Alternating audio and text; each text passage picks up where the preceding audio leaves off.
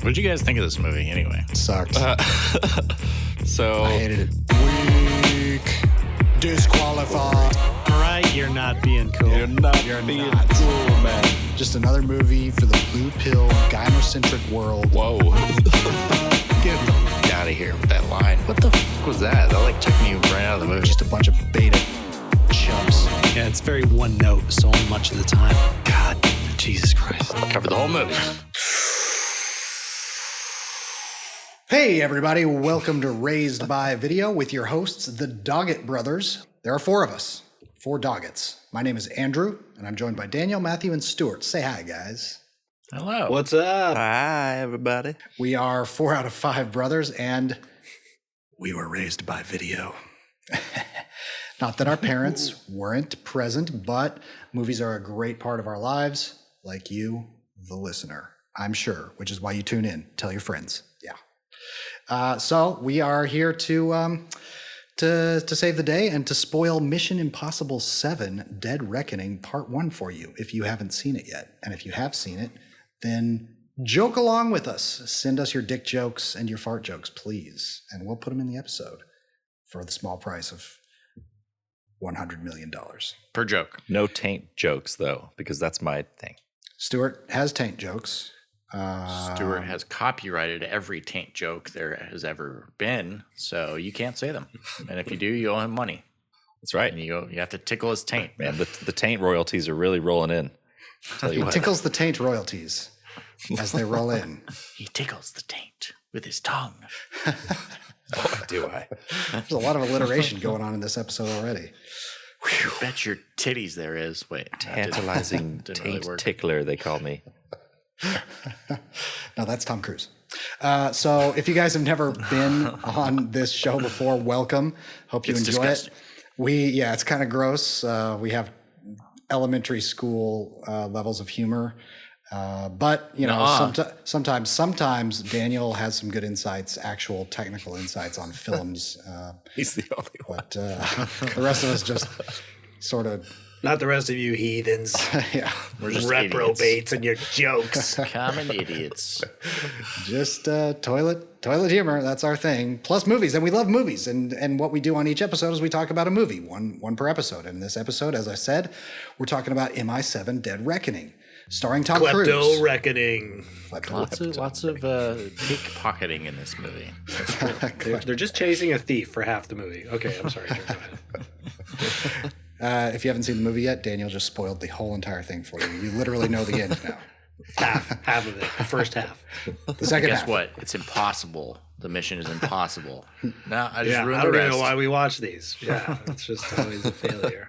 Dismal failure.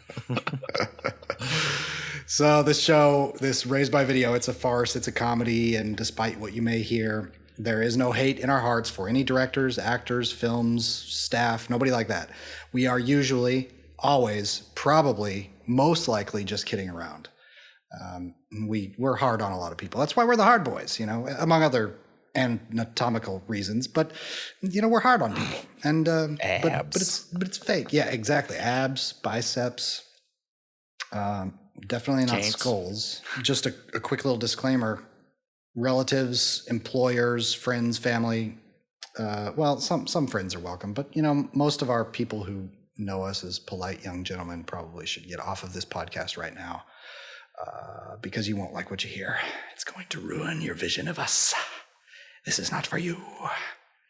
So, And if you do like it, then we should hang out more. hang out more with our family? What? Yeah. Yeah, if they like the sense of humor, I want to get together with Uncle Joe and say dick jokes about I want to Uncle hear Tom. Grandma's dirty jokes. Grandma Teresa? Yeah. Yeah. She's I know that She's side a of her is saint. there. She's a goddamn saint. She But cracked the eggshell. I bet she has some good ones. Yeah. okay, guys, listen. What? Guys, and the one woman listening to this as well. I want to start I thought we this. said no women allowed. Hard boys and hard girls allowed. That's it. No women. No women. If you're soft, hit the road. Kick rocks. Beat it, pal. Kick the Can't beat can. it. Wait, that was a game. Take a Go hike. suck an egg. Take Go a suck long an egg. Walk a short pier. Why don't you pull a ghost protocol and vanish? Okay. Dang. Nice. Damn. Which one was that? Am I? That was part 4. Four. That's 4. The Brad, or was it Brad Bird or Andrew Stanton? One of those guys. One of those Pixar guys directed it. With the tower. Yes, With the tower jump. in Nice. Dubai. Yeah. Yeah, that big Pretty hard dope. tower. Pretty dope. Epic jump. I think that was Brad Bird. Yeah, I think you're right. Stanton did John Carter. That's what it was. Okay. Anyway, Oh, that was a good getting movie off too. track. Stuart, you're not supposed to be the one with insightful things about movies, okay? You're right. Shut up. Yeah, that's my job. There once was a taint from Nantucket. There we go. Back in your lane. Hopefully, we get to hear some Christopher Walken impersonations from Stuart later. He's really good at impersonating Christopher Walken and Italians, and that's pretty much where his talents stop. I want you to impersonate the Wow. entity as Chris Walken.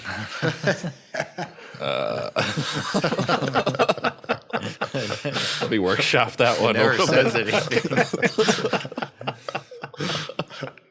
What, I mean, was it just me, or was there an awful lot of warbling going on for this whole There's movie? definitely an entity sound.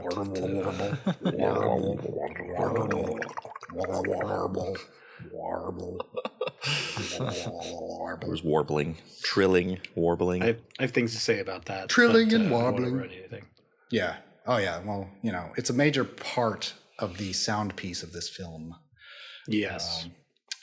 So, you know, it's actually kind of cool because you can have the bad guy, you can see the bad guy at all times because it's everywhere and nowhere with no center. And They did the Eye of Sauron. yeah. Yeah. Yes. Yeah, It was they like, okay, this is the Eye of Sauron. Okay, Exactly. weird. It's interesting.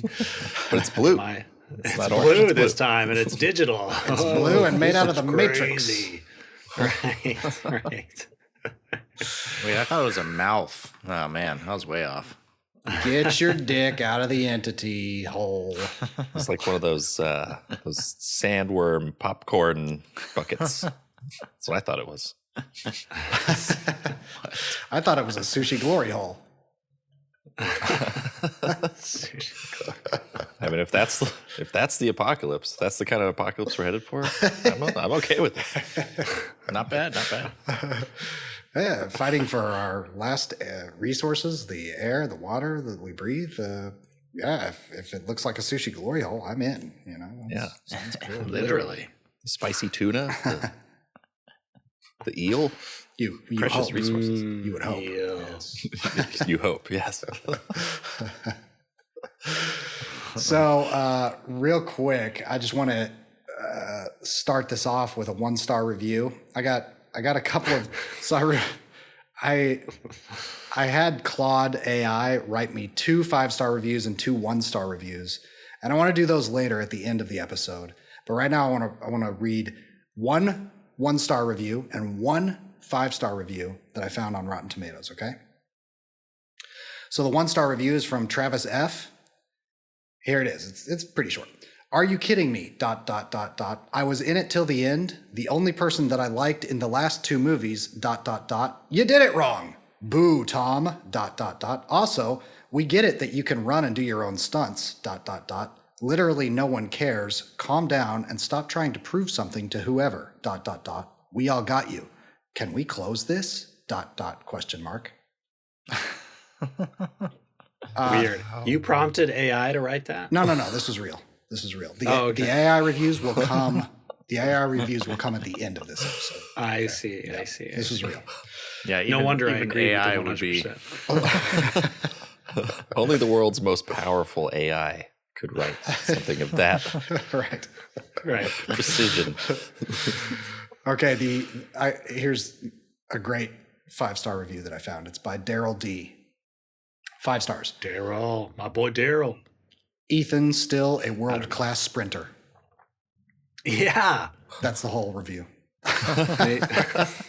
Yeah, there's one point in the movie where it's like, here's 5 uninterrupted minutes of Tom Cruise running. It was awesome. I love it. I mean, you plop down Tom Cruise in Venice. You're gonna make him not run? Yeah, come on. He's got to run. He's got to run past some columns somewhere. He's just through columns, around, weaving in and out of columns. It's just got to be column sprinting. You got to have him. I mean, it's a floating city. It's very difficult to run in. Notoriously difficult to run in. So I mean, you got to have it. Nice. You also got to have him running on top of an airport. You got to have him running in Abu Dhabi, the desert at the beginning of the film. You got to have him running all over the place. Yeah. Did you guys know, by the way, that his I think his Instagram profile or whatever social media profiles he has, his bio is running in movies since 1986 or whatever. Since 1980. That's literally his nice. bio. Yeah. That's awesome.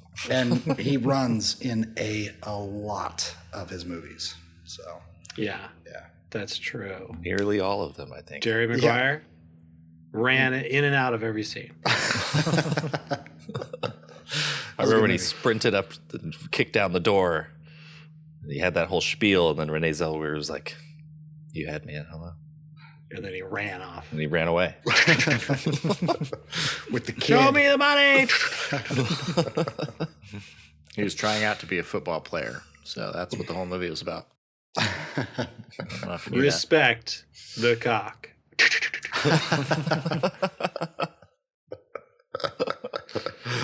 My name is Jack Reacher.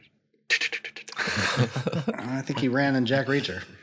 He did a lot, actually. He did not a ton. Not a ton. I guess. A lot of driving. Enough. He ran in the a firm. lot of driving, actually. Yeah. I just recently watched that, and holy shit, that movie is awesome. Jack that Reacher movie is a banger. Yes. 10 out of 10. It's incredible. 10 out of 10 movie. Yeah. Amazing Absolutely. movie. Yeah. Fucking awesome. Phenomenal. Him and McQuarrie, when they get together. Yeah. Agreed. Magic. I don't know about 10 out of 10, but it's pretty good. Did McQuarrie direct Jack? Shut up, Matt. You know. Yes, he did. If it's not 10 out of 10, it's not. McQuarrie directed Jack Reacher? Oh, man. That's he wrote and directed that one. Yeah, the only reason it wouldn't be a 10 out of 10 is because Jack Reacher, Tom Cruise doesn't look like Jack Reacher. That's the only reason it wouldn't be. But I mean, for a movie, that it's just so perfectly done. Yeah, but they didn't have one scene from the book in the book, so Man, bullshit, man. And they had some hacky director playing the villain. It's like, what? Yeah, who's this guy? Yeah, he's like a foreigner or something. Who's Warner Herzog? Speaks with an accent. Give these jobs to Americans, huh? What the fuck? Get the fuck out of here with this shit. This guy, the same guy who's talking about how plants are in misery, birds are metal. This guy, come on. This guy who wrestles with God? Come on. Hey, Matt. Nice. I What? want you to do me a favor. I want you to take off your author hat when you watch films, okay? I know that you're a best-selling author on Amazon named Matthew Doggett. http www. Amazon.com search bar Matthew Doggett. Yeah, that. The Apocalypse Now trilogy. No, that's not correct. Oh, damn. Keep smelling. Apocalypse Now and Later. But I don't have an author hat. I have an author butt plug that I'm sitting on. If you want me to take it out, you're going to have to give me a few minutes. You can't just yank it out. You got to work that That's thing dangerous. Does it have Dangerous. does it have MatthewDoggettAuthor.com imprinted on it? Yeah, it's spelled in spikes on it, actually. MatthewDoggettAuthor.com in spikes. Everybody visit that website and see why Matt cannot wrap his head around films because he writes too many fucking books, okay? Yeah. This guy. That's why I hate movies. They're stupid. You should go buy one of his books just to show him who's boss. Yeah. That's right. Yeah, buy all of them, why don't you? Yeah. You get a butt plug with each purchase. A used one. A used. Signed by his colon. Somebody's Probably colon. still smell by the Somebody's time it gets to you. While supplies last. Maybe the cat's colon. Okay, hey, let's talk about Mission Impossible 7. Now that we got my contractually obligated drop out of the way, yeah, let's get on with this. Mission Impossible 7 Dead Reckoning, written by Bruce Geller, Christopher McQuarrie, and Erik Jendresen, directed by Christopher McQuarrie, starring Tom Cruise, Hayley Atwell, Ving Rhames, Simon Pegg, Rebecca Ferguson, Vanessa Kirby, Esai Morales, Palm Clementif. Mantis. I know. I didn't realize it was Mantis until I looked her up. Who? What? Mantis from the Avengers. Not the Avengers. The Guardians of the Galaxy. Oh, Yeah. cool. I thought I Okay. recognized her. Yeah. Okay. Nice. Yeah, I thought I did too. It's great. Henry She rocks. Cerny She does. makes an appearance again. He was in the first movie as well. First Mission Impossible. Shea Wiggum. Kittredge. Kittredge. Shea Wiggum. Shea Wiggum. Shea Wiggum. Yeah, who's that? Briggs. The guy who's the angry chasing. guy. The guy who's chasing. Oh, Chasing Hunt. Greg Tarzan Davis was Dagus, Briggs's guy. Tarzan? Yep, Dave, Greg- is that hyphenated? No, Tarzan? Greg Tarzan Davis. Isn't that a Interesting. cool name? Like quote Tarzan or just no. that's straight up his. No, like his parents literally gave him the middle name Tarzan. Holy shit. Wow. Yeah. Nice. Wow. He must have been in that womb doing fucking crazy shit, man. Just swinging around on his umbilical cord. Swinging on vines. Yeah. Or, maybe they're just, literature and film fans, and they wanted the name Tarzan. Probably not. Get your No, heads out of that's unlikely. You, my young Craig Tarzan, will go in. Did I just say Craig? Greg Tarzan will go into films. Yes. Films. Films. The way of the future. Future. We also have. I'm just going to list a few more actors. There's a lot of characters in this. Frederick Schmidt plays Zola, who is the White Widow's right-hand man. Mariella Garriga, Marie, she doesn't have any speaking lines. Carrie Elwes is Dinlinger, who is the new head of CIA, or whatever the fuck his thing is. And then you got some other actors who play in the weirdest exposition I've ever seen on film at the beginning. Some bigger actors win like I a know. 5-minute yeah. scene and then they're gone. Charles That lady Parnell. What the hell? Charles Parnell, yep, Mark Gatiss, Indira Varma, and Rob Indira. Delaney. Nice. Are you going to list the rest of the cast as well? That's what about it. the special effects people? That's it, we're done. The special effects There's no one people else in and the movie. the stunt people. Oh, wait, there are no stunt No people. digital effects in this movie. Dun. Not a single digital effect. Not a single bit. It's all real. And only Tom Cruise did stunts. Right. Okay, so. For everyone. For Hayley Atwell. Okay, God, the plot. It's. I guess there is a central storyline, but basically there's this entity that has gained some sort of, I don't know, amoral hatred or amoral, I don't know, and it became an enemy of humankind somehow. At least that's what everybody's thinking. And it's basically trying to take over, and there's this mysterious 2-part key, like 2 pieces of the key fit together to unlock this thing. Nobody, even in the intelligence communities, knows what it unlocks, but they know that it's important to unlock this thing, which is powerful, and every government in the world wants to control it. And so it becomes a race to find 2 pieces of the key. That's essentially the plot. 2 pieces of the key, and the whole time the villain is this all-seeing, all-powerful blue matrix eye of Sauron that can control everything and predict everything, even better than Sauron could, and not just see everything, but actually predict this stuff because it's artificially intelligent. And, so basically it's just like trying to find these 2 keys and then trying to figure out the 2 pieces of the key and then trying to figure out what it goes to. So you have kind of a lot of villains in this movie. You have the all-seeing eye of Sauron, then you have every single intelligence agency, and buyers of the key, who basically, this character, the White Widow, is trying to sell to the highest bidder, or whoever can give her the best benefits. And then we have Gabriel, who is the manifestation of Sauron's, the entity's power, who is basically he walks around, he does the physical bidding of the entity somehow. We don't know exactly what their psychic connection is or whatever, but that's basically the plot. 2 pieces of a key, you got to go after it, and the fate of the world is at stake as usual. Yeah, the MacGuffins, as they call them in my industry, the storytelling industry. That's right. Please, that's where I do things. Please define the MacGuffin. Just a plot device, essentially, that keeps the plot moving. So that's what the keys are. They're just MacGuffins that just keep the plot moving. Thank you for telling everybody else except for me that. Are they technically a MacGuffin, though? Isn't a MacGuffin sort of traditionally like an object that you don't really know its purpose? It's just something mysterious. Well, you kind of don't know the key's purpose. No, I think that's wrong, Stuart. I think Fine. I'm just thinking of like the Maltese Falcon or Mission Impossible 3. I guess they kind of knew what that was. No, I think they're just I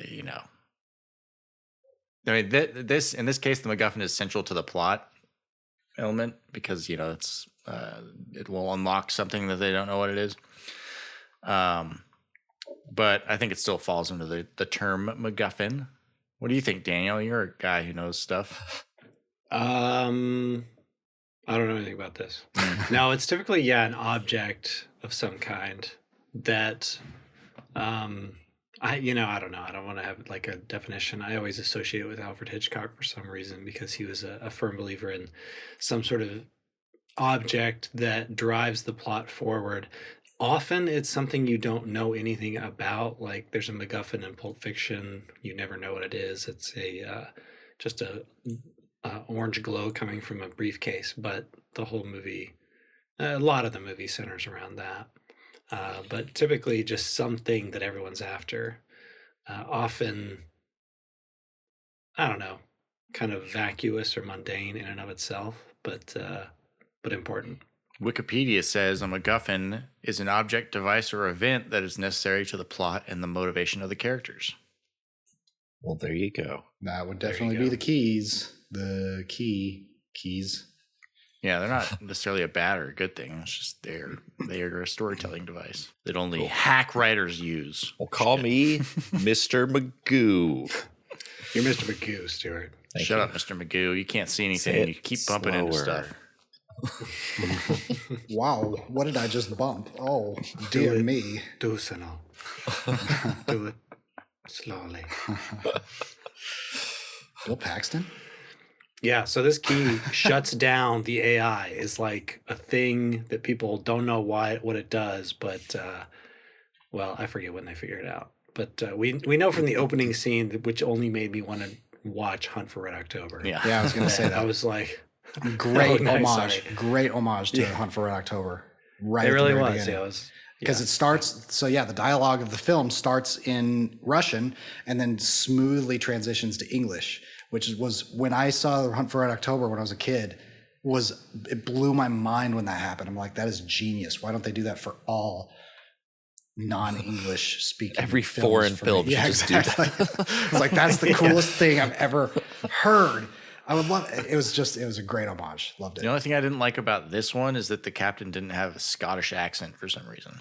Yeah, they should really just have any foreign accent be a stand-in for Russian.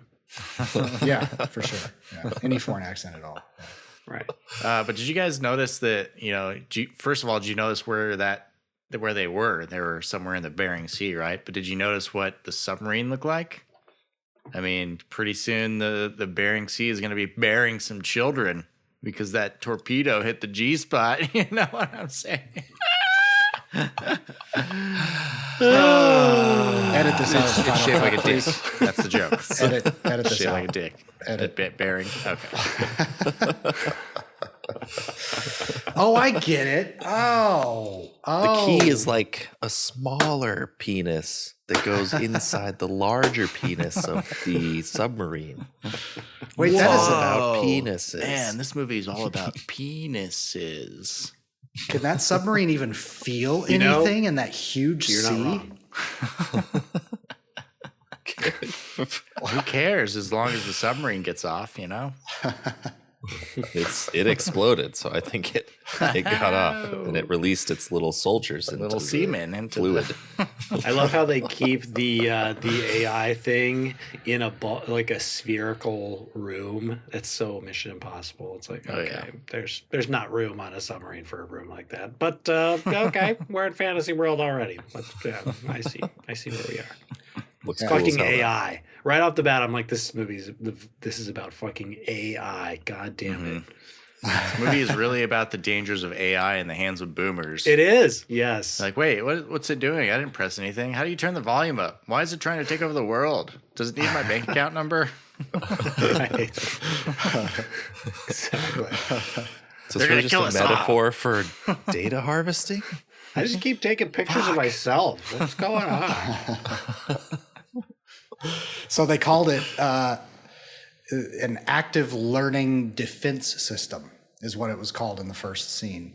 And then in the second scene, during this weird fucking exposition, the entity is called a godless, stateless, amoral enemy that has breached nearly every banking and defense system in the world. And then Carrie Ellis says, Intelligent. an enemy that is everywhere and nowhere and has no center.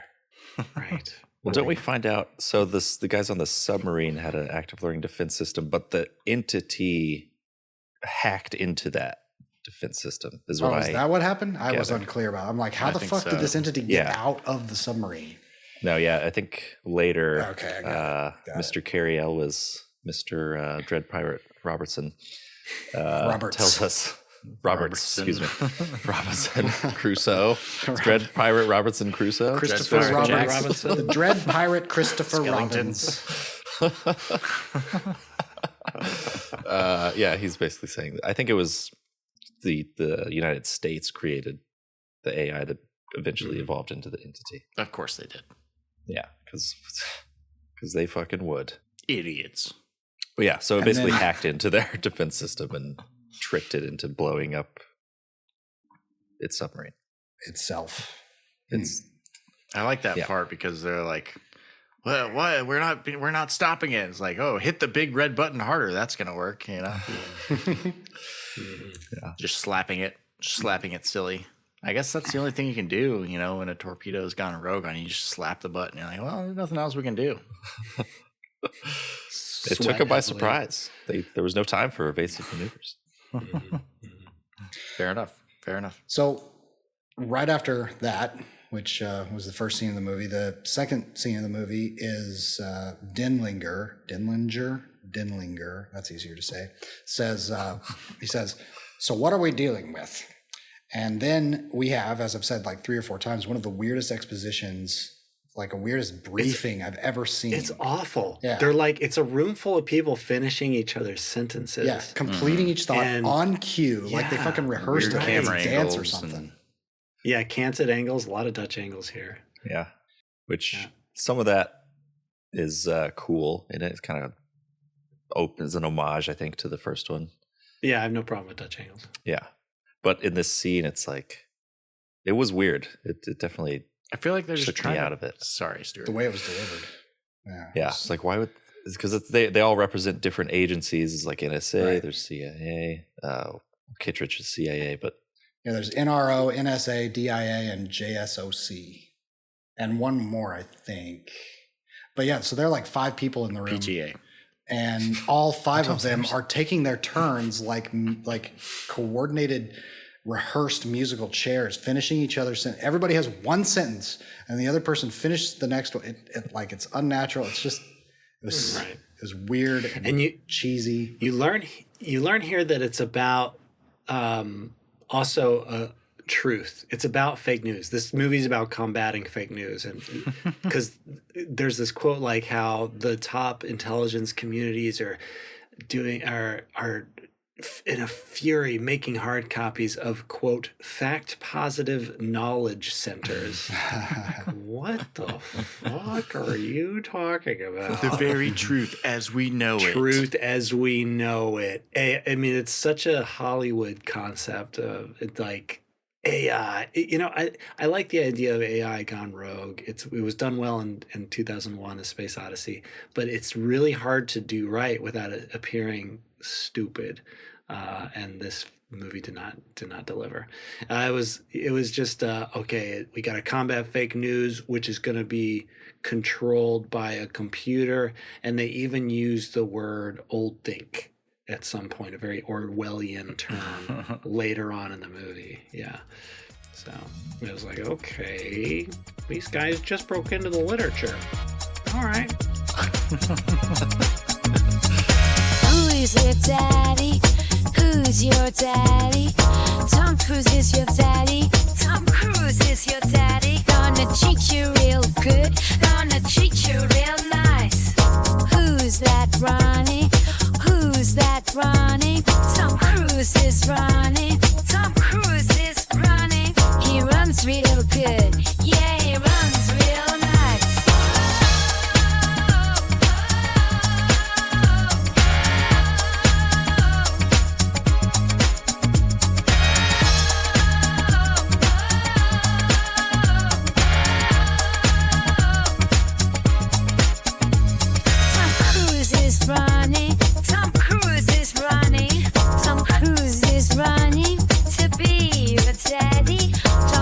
Runs real good.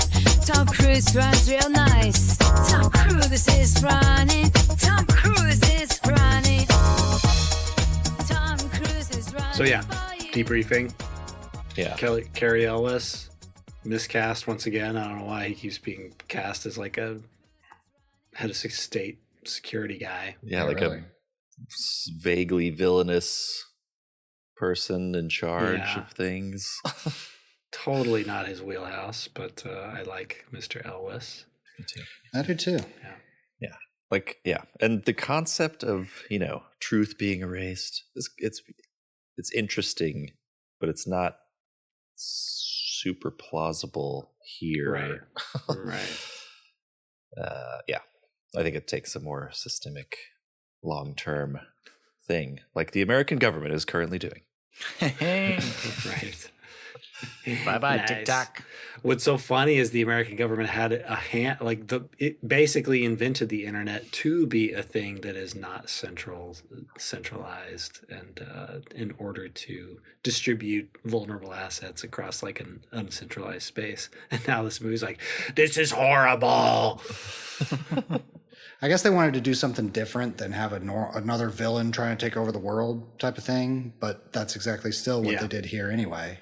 Just in a much more condensed way. Yeah. I don't know. Yeah, I hear a lot of Hollywood people are reading Lord of the Rings these days, and you can tell. It's like, okay, let's have it's Mount Doom, but it's a computer. Hey, kid, I'm a computer. Stop all the downloading. Okay, sorry. I did like some things that, like, the doubt that this thing that supposedly knows everything brings into some of the mission, but at the same time, it really doesn't hold up very, very well when you like start to think about these plot points that come up. But we can get to that later. But I don't know. I like this better than just some some dude trying to take over the world. I thought it was a little bit different enough to be like compelling, and like, if you don't think about it too long, it's fun. Yeah. And it does put a lot of different kind of pressure on our heroes, and it forces them to kind of step back from the technology, which I think is part of why they chose this storyline. Right. Go. I mean, the name of the movie is Dead Reckoning. You got to do it without you're forced to navigate without your technical, your technological advances, Right. equipment. Satellites and digital Elon Musk overlays and stuff like this, you know? Mhm. Yeah. Yeah, you got to do it by your cock and balls alone. You gotta sniff your way to the sweet spot, if you know what I'm saying. Speaking of which, did you see that the lady in that scene that you're talking about, Drew, where we are in the movie, get the smoke bomb to the face? She did a great, like, just whiplash, bam! Like one went off right in her face, the green smoke. That's right. Indira? I did not see that. Yeah, she got nailed by that smoke bomb. Yeah, it was fucking sweet. I just know her from Game of Thrones. I think that's where I've seen her. Oh, that's why she was familiar. Okay. And of course, it's Ethan under the mask. That's not a surprise at all. Oh, yeah, totally knew it. What was the surprise? What was the surprise? Is nobody fucking noticed giant explosions of green smoke. You got that office. Dinlinger looking down over hundreds, if not 1,000 people down there typing on typewriters, transferring knowledge to hard copies, and nobody notices the room is suddenly green. Yes, right. Big loud bangs. They're dialed in, man. Thump, thump, thump, thump, thump. Yeah. Maybe it's the sound of their typewriters. Masked it. They got a Okay. tight ship over there. Plausible. It's like Amazon. You can't shit. You can't take a piss. You can't do anything. It's probably Meet the worse than quota. Amazon. It's the government. People you are know, peeing so- in their Yeah. yeah. They're diped up. Aquafina bottles? They're wearing diapers in there. Typed up peanut. It peanut smells bottles awful like in The there. Rock. Yeah. I'm not gonna do a play-by-play of this movie because there are a lot of different scenes in it, but we can hit the major points as we go through. But one of the things that I did notice was sort of a theme throughout this film was the idea of taking sides. There are three characters, especially, well, aside from the normal team who always have the side of the people. The Hollywood message hit home even harder in this one on how valuable human life is, which was cool, but it was also obviously a message. But it's a good message. So the very next scene after Ethan escapes the green smoky room, where, God, what was the next scene? Man, there was a scene in the desert that we completely skipped where he meets Ilsa. But anyway, Right. Wait, I want to talk about that scene. I really did not expect to see Tom Cruise having sex with a horse in this movie. That was really weird. I thought it was kind of out of place, but and you know he does all his own stunts. yeah, horseplay. So they were laying down behind a sand dune and just getting it on, and it was really weird. Made me Whispering uncomfortable. gently to it. I mean, no, don't tell me you haven't had fantasy of that. That's a good looking horse. A donkey, never a horse. Come on. I do like how he is laying there and just very casually hops right on, and I mean that was him doing that. So good, good on you, Cruz. There's No, a- it was cool. Yeah. Learn how to lay your horse down and then, like, you Yeah. know, get back on it when it comes up. Yeah, I mean, Oh, that's pretty fucking sweet, Pretty sure it's dude. illegal, Yeah. but whatever. There's a lot of like casual. You fuck stunts a like horse that. one time. Okay, sorry, that was the worst. Cut that out. You fucked a horse? I think it was a Brad Bird the TED horse Talk. fuck you? No, but that was an exciting scene to start the action of the movie. Kind of the Tom Cruise portion of the action, anyway. Pretty cool. The haboob comes fast, comes sweeping in.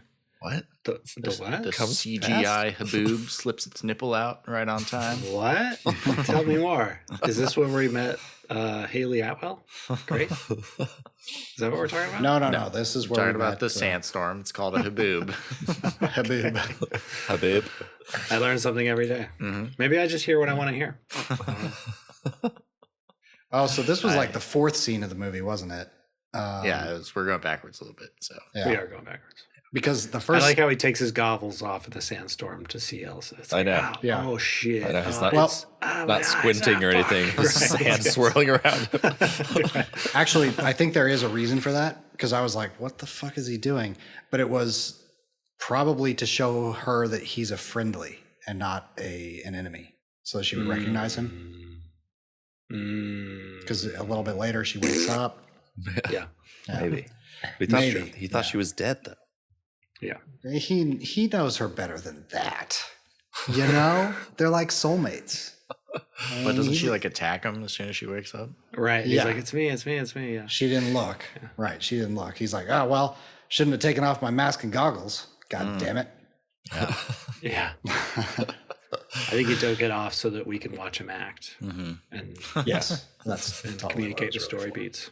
Yeah. That's absolutely what it was for. I don't know. People in movies take off their masks at the stupidest fucking times. I know. Always. It's not just this movie. It's like almost every movie that I've seen, people take off their masks for that's no good reason at all. Like practically you should leave that on, mister. Yeah. Yeah. Like that Luigi Mangione guy. Took it off come to on flirt now. with a girl. What are you No, she required him to take it off Oh, to I see see. his ID. I don't know what you guys are talking about. Still. Me neither. I have no idea. No, I disavow all knowledge. doing? I stand with him. Luigi. I will back him up. He was at my house the whole time. Let's see. So the first scene that we see Ethan, he's getting a package delivered where Kittredge gives him the instructions to find Ilsa and find the half of the key. And this is I guess the second scene. And it was just kind of weird. He's like standing in the shadows, and then the delivery guy, he's like telling the delivery guy what he has to do to safely deliver the package. And the delivery goes, oh yeah, what's the oath? Yeah. And They'll hire anybody these days at IMF. apparently, but I don't remember the He oath. had two being- things to remember, and he Like, forgot one of I them. know. For Do they Christ's always sake. change? They always change what the secret password is or whatever. Because why do you have to say the oath?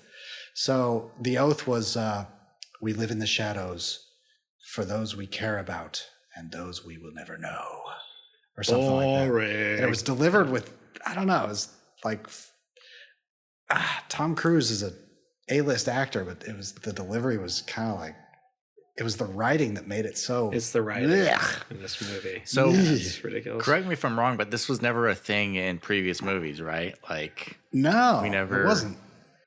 and it was never Wait. like, oh, you had a choice, either prison or IMF. Like that was never a thing before either, right? No, we'll get to that. It's a pretty strange choice. Yeah. Yeah, it's like I feel like I'm being gaslighted now. Like, why are suddenly like shoving all this backstory in where after so many fucking movies? But Yeah. it seems weird. It's strange. We don't know that at that moment in the scene that we're talking about, but you realize these are just leveraged criminals. How do we feel about that? Is that cooler than an impossible missions force of trained specialists? Right. I don't think it is. I don't think so. It's like, okay, No. that's stupid. There's That's kind of kinda like dumb. unskilled. Like, where does the training come in? They're like in their 30s already, and they're like, oh, now you're going to become the most elite special ops group in the world. It's less cool. It Yeah. becomes less cool. Mhm. Yes. Well, they do say that, like, oh, they saw the talent in you or whatever, but still, it kind of does take Give away me a from, fucking it break. takes away from like the thing. Like anybody can be like, oh, hey, I'm kind of talented. Give me on this thing to keep me out of prison. You know? Right. Yes. Yeah. Yeah. We get into that when Grace meets Kittredge. She's like telling him, he told me I can trust you. I accept. Keep me out of prison, please. But you know why they did this, right? Because they had to give Ethan a personal stake in it, and like that goes back to his personal stake with what's his name, Gabriel, killing some woman that we've never seen before, and then I guess Ethan gets blamed for it or something. That's Yeah, there's a lot of these moments, like the blackmail that Kittredge talks about in this scene when he receives the package is about something that happened in another movie, I guess, because I don't remember these fucking movies. It's kind of No, annoying. I think they're making it up out of whole cloth at this point. Like, really. Yeah, Okay. I don't think that was in. Yeah, I think this Previous is all one. new. Really? Oh Yeah. my god, that Yeah. makes it even worse. Holy Yeah. shit. Yeah. Yeah, so like going Right. back to the Who's very, this very person beginning this before he was time? even in it, before he was even in Mission Impossible Force, and they're like, oh, this is the origin story after all this time. Yeah. He was like a criminal Oh or no. whatever. Please God, don't do that. Jesus Christ. They did it. They don't did it. Yeah. Much Ugh. less cool than just leaving it a mystery or having Ethan Hunt be, a guy who was, maybe in the armed forces and then Right. turned to Recruited. spycraft. Exactly. Yeah. I'd rather it be one of those two options exactly, Stuart. Sure. Yeah. Yeah, Yeah. seriously. Preferably a mystery, because I was happy just knowing that Ethan Hunt and team were out there in the shadows, going rogue whenever they needed to save the world. We don't know about them. Doesn't matter. They're saving the world. But yeah, I don't need to know the backstory. I don't care if it's a mystery. Yeah. Doesn't I matter. never thought like, man, I really want to know how he got into this. Like, Yeah. Right. And then you there's cheapen enough it. in the zeitgeist to Is there an application that I could fill out? Yeah. Yeah. Yeah. The first movie is the only origin story anyone ever needed. It's true. Fucking That's A. right. Yeah. The first rule of IMF is you do not talk about IMF. The second rule of IMF is No, you just don't chew it. That's the first rule. Red light, green light. It's hasta lasagna. Don't get any onion. Brian De Palma. Yeah, it's also at that point we learned that this movie is now about hunting and or saving women. That's the new knock Lame. list. It's and we revisit this several times in this movie. It's like, okay, let's continue. Interesting. Yeah. It's like all the dead women in Hunt's Right. past, basically. Haunted by dead women. So they're just stealing from James Bond movies at this point. Like, Kind of, yeah. Yeah. James There's Bond, a Christopher there's a- Nolan, every Christopher Nolan movie. Oh my god. It's so dumb. It's such a male fantasy. There's the line that Kittredge is reading in the narrative of closing scene. The closer someone gets to you, the harder it is to keep them alive. It was the hardest eye roll I've ever done. What does that mean? I mean, He's so tragic. his team is all still alive, well, except for Estevez and the entire team that died in the first movie. But that was John Boyd's fault, for God's sake. yeah, it wasn't his fault. Yeah. Yeah, we And still then, got like- Simon Pegg and Ving Rhames, Benji and Luther. You know, His old wife, Michelle Monaghan, is she old now? Yeah, she's old. She's alive. He saved her ass. She's over 40. in Fallout. Decrepit. It ends at 50. Is that why she wasn't in this? She aged out. Well, we'll talk about this too. Trading in for a newer version. Yeah. Yeah. It's over at 50. What's over at 50? You know, this whole time, getting back to the plot, this whole time, like, they have all these intricate images of the key. Just 3D print the goddamn key. And it's a know. key, like a physical object. You got to be kidding me. But there's some sort of like a microchip in each of the Sure, keys yeah. or something that has to line up. Because remember, when they put the keys together, it blinks a couple of times and then the Yeah, lights that's how light you up. know it verifies itself. It goes blinky blink. All the flashy Makes lights a little, go blinky makes a little blink. beepy noise. blinky. Yeah, I don't know how they fit a speaker in there. that's crazy. Beep, boop, pop, pop, beep, blink, blink. Ooh, it's for real. It works. Yeah, that was one of my big problems with the train, the whole train scene where they're like, she's giving him the I know. keys. The head? It's like, well, The keys. Yeah. And then the bombs on the bridge also make beepy noises and have blinking lights on them. Yep. That's this is- one of my that- biggest pet peeves in movies. I'm a bum, Like, No, I'm a that's- bum, I'm a nope, bum. who would That's make a bomb? every movie ever. I cannot think of one single movie in my entire life that doesn't fucking beep when you see it. I swear, it's like can we please make this realistic? If you guys can name me a movie where the bomb doesn't beep or the computer, The Hurt Locker. when you're doing. Oh, Nice. thank God! Good call, Matt. Good call. That is a good. Lord of the Rings. Yeah. No, the ring clearly beeped. And When there's code going across the screen on computers, it's like. Frodo, no, don't put on the ring. Beep, bop, bop, bop, beep, bop, bop. Why do we need sound effects for this shit? People know true. what's real or not, you know. So yeah, it's not just this movie; just it's the every movie language. It's like, It is.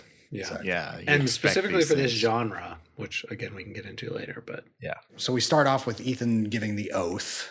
So now we know the oath, which is that he's to protect people, which we didn't figure out in the first 6 movies that he protects the world. Okay, cool. But now we have it in words From the on shadows. screen. Yeah. yeah. Oh, neat. We didn't know what was happening before. That's great. Wait, he's on our side? And he always has been? What? So then we have, we meet this character, Grace, who was hired by the White Widow. There it is. I was waiting for that sound effect, that royalty-free sound effect. A little bit late, but hey. Grace, played by Hayley Atwell. Oh my God. this is where the movie gets exponentially better. This is where time dilated for me. My pace quickened. That was me. Screaming at the television. Okay. Thank you. Oh, okay. Well, there's another scene Sound where like a girl. Kittredge says, I'm not sure which side, I'm wondering which side you're on or something. And Ethan says, the side I've always been on. And so it's like, it's not the good or the bad. It's not the government or it's the side of the people, right? It's the Right. side of the people, Right. which is a good theme. And actually my favorite line in the movie came about 3/4 of the way through, and it's given by Daggett, played by Greg Tarzan Davis, where Daggett and Briggs are sitting in the train having a drink, and they have this quick little conversation. And Daggett is like, what if he had a good reason for going rogue? What if Hunt has a good reason for going rogue? And Briggs goes back at him like, oh, they always go rogue. He and his merry pack of prankster circus freaks, that's what they do. And he says, but you know, what if you had the key? Well, I would turn it over to my superiors. It's too much power for one man to have. And so Briggs asks Daggett, whose side are you on? And my favorite line in the whole movie is Daggett saying, well, when it comes to the end of the world, everybody, I guess. Mm-hmm. And that landed for me. That was a good one, because it wasn't delivered by Ethan Hunt. It was delivered by this guy who doesn't have very many lines. Actually has a couple comedic moments in relation to Briggs. They're a good pair. But yeah, whose side are you on when it comes to the end of the world? Everybody, I guess. And so we have Ethan Hunt, who's on the side of everybody, as we know now from his oath. Thank you. And then we have Hayley Atwell, Grace, who is not sure what side she's on, but she's definitely on her own side in the beginning. Mm-hmm. And then towards the end, she finally decides to be on the side of everybody. And then we have Daggett, who is obviously a moral guy, and he says, you know, I'm on the side of everybody. And of course, Luther and Benji are on the side of everybody. There was another good line that also expressed this idea of being on the side of everybody, which is there was supposedly a nuclear bomb in the airport, and Benji had to go track it down and de-arm it. And they didn't tell Ethan about it for several minutes. And then finally Luther goes, oh, we have a problem there. There might be a nuclear bomb in the airport. Oh, how long till it goes up? 30 seconds. What? He's like, you were busy. I didn't want to trouble you. And Hunt says something like, you always trouble me with a nuclear bomb or something like that. I was like, yes, that's my man. All right. Yeah, that's right. If it's a nuclear bomb, you fucking tell me. You don't. Yeah. So that was pretty brilliant. Nuclear device, man. Yeah, exactly. Man. So, okay. So respect the bomb. Show me the bomb. So Grace throws a little wrench in the plans to find the key. She swipes the key from the guy that they were supposed to track. They were going to follow him on the airplane, but now they have to follow Grace. So Grace gets caught up with Hunt, and she is one of the most stubborn women in the world. She just constantly never does what Hunt tells her to do, and always runs away, despite the fact that he's trying to protect her and help her. She never makes him a sandwich when he asks for it. She's Nope. always giving him a little lip. Like, come on. I She did find trying to deserves get him every to- beating. Try to get him to take out the trash during the playoffs. You gotta be fucking kidding me with this shit. Can't wait till commercials. I really did like when they're driving around and they're cuffed together like opposite arms, and it really looks like she's giving him a handy the whole time. It does. There's a lot of like sexual stuff going on in this movie. But that yellow Fiat looks really fun to drive. I was like, oh, Yeah. that looks fucking awesome. That was a great subversion of expectations. Yeah, right Yeah. there. I was like, okay, cool. I like that. That was fun. Yeah. Yeah. He gets in and he's like having trouble driving it. It's like this is my first time. Sometimes it takes me a minute. Again, sexual innuendo. And she's like, it's okay. It's okay. Yeah. It's okay. Yeah, we're Yeah, good. I take it as a keep going. compliment. Yeah. That was nice. That was a very fun sequence. Yeah. That was. It was, It was a lot of That fun. was. Oh my It's God. great. I loved Palm K with the Hummer driving through all the scooters. Yes, just like laughing. Laughing maniacally. It's like, oh my God, I love this person. This is a villain. This is clearly. Yeah. He's a villain, but I'm on her side. I'm with I her. loved Palm K no matter what she was doing, really, in this movie. Yeah. Yes. Okay, so I know we're gonna jump ahead, but let's talk about this. Like, Who cares? there's a point later where Ethan, I was gonna say Hawk, but that's not right. Ethan Hunt Ethan has Reacher. he has an opportunity to bash her brain in with a metal pipe, and I was rooting for him to do it. So was I. So what do you think? Because like that comes back later in the movie, like she saves him on the train. But my argument is, hey, if he bashes her head in right there, I don't think it goes to the train. I think that without his little minion, Ethan can get on top of Gabriel, not literally, of course, but can like thwart it Yes. before it ever gets onto the train. I don't know. What do you guys think? Should he have bashed her head in or not? I think you're thinking too closely about it. It's not a rational decision from a person in a situation. It's a thematic choice by the filmmakers of this film, because Paris wanted a daddy just like Grace did. There's so much shit in here about Grace needing someone of strong masculine figure that cares about her. She even tears up, and we'll get about this. But Paris was the second dose of this. And when she's dying on the train, she's like, why didn't you save my life? And she's like crying. It's like his act of saving her life is this sort of male figure she needed in her life or something. It is very fucking weird. Well, I don't know why they're writing Ethan this way. It's a very Hollywood thing. It's like propaganda about masculinity in a world where there's nothing but tragic, broken women who need a man. No. I took that very, very differently. Okay, interesting. Tell me what you think. Because there's that scene when in the train where they meet. Sorry about the dog in the background. Somebody kill that dog. Oh shit! God, We love dogs. Been saying that for a year and a half. We love dogs. Just get a pipe and go out there and do yourself, man. Somebody go get Gabriel on that dog right now. I know a guy. So look, that scene that you were talking about, Dan, is Paris putting on an act for Ethan because she's still working for Gabriel. Gabriel said after when Carrie Elwes, the director of the CIA or whatever, met with Gabriel on the train and said, I'm the only one that knows where the entity is, where the submarine is. What was the name of the submarine? God, I forgot already. He said, I'm the only one who knows. Sebastopol or something? Yeah, Sebastopol. Thank you. I'm the only one who knows where it is. And then Gabriel kills him.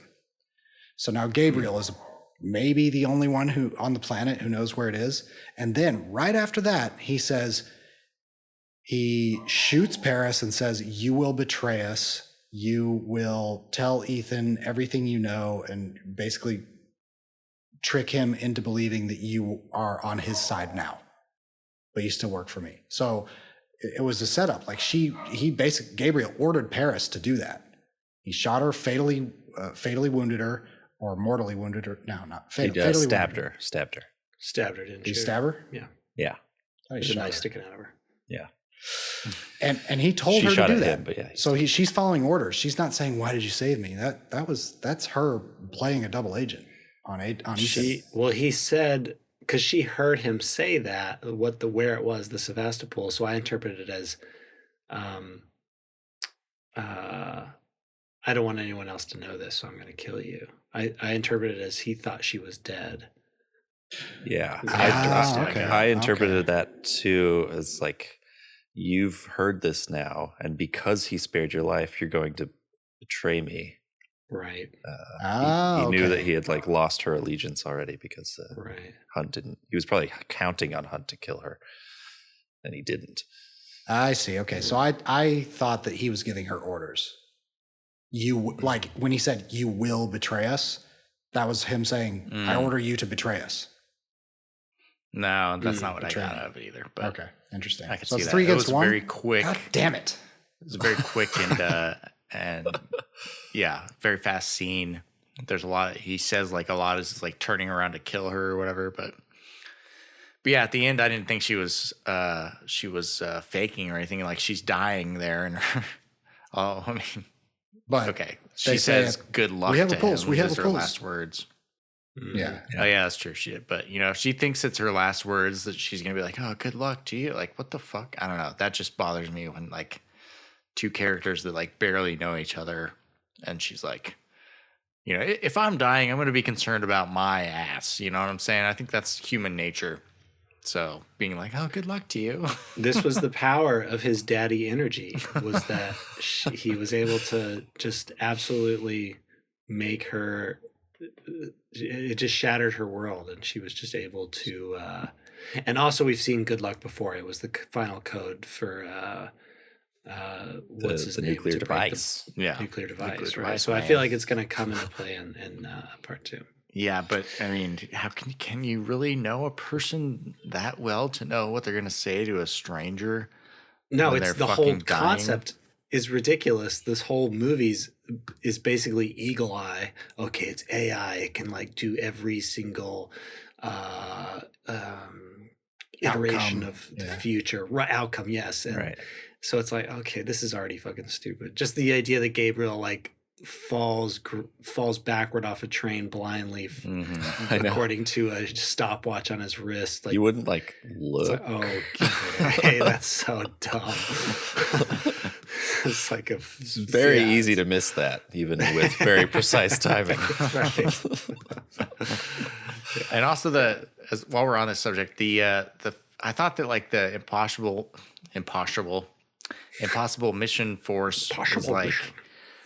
they're like kind of like ghosts and nobody knows anything. They're like off the grid. Nobody knows anything about them. So like, how does the AI know intimate details about them? It's like, The whole premise of the first one was the knock list would get out and everyone would know who they are. But in every movie since, everybody knows who these fucking people are. Oh, okay. So I guess it does It's make sense. I guess the knock list got out. It's all it's all in the cloud now. Right. Yeah. Fucking Microsoft. They're using Teams over there at the IMF and the NSA and the CIA. Stupid IT people. Okay, so we got that daddy issue out of the way. Let's talk about the next daddy issue. Okay. So no sooner, we're going to jump ahead here, but Ilsa dies. No sooner does one female sexual object die than another replaces it with a single shot. Not a scene, but a shot of Ethan, not even crying, just looking like kind of uncomfortable, like he's trying to pass gas on a dreary looking rooftop between them.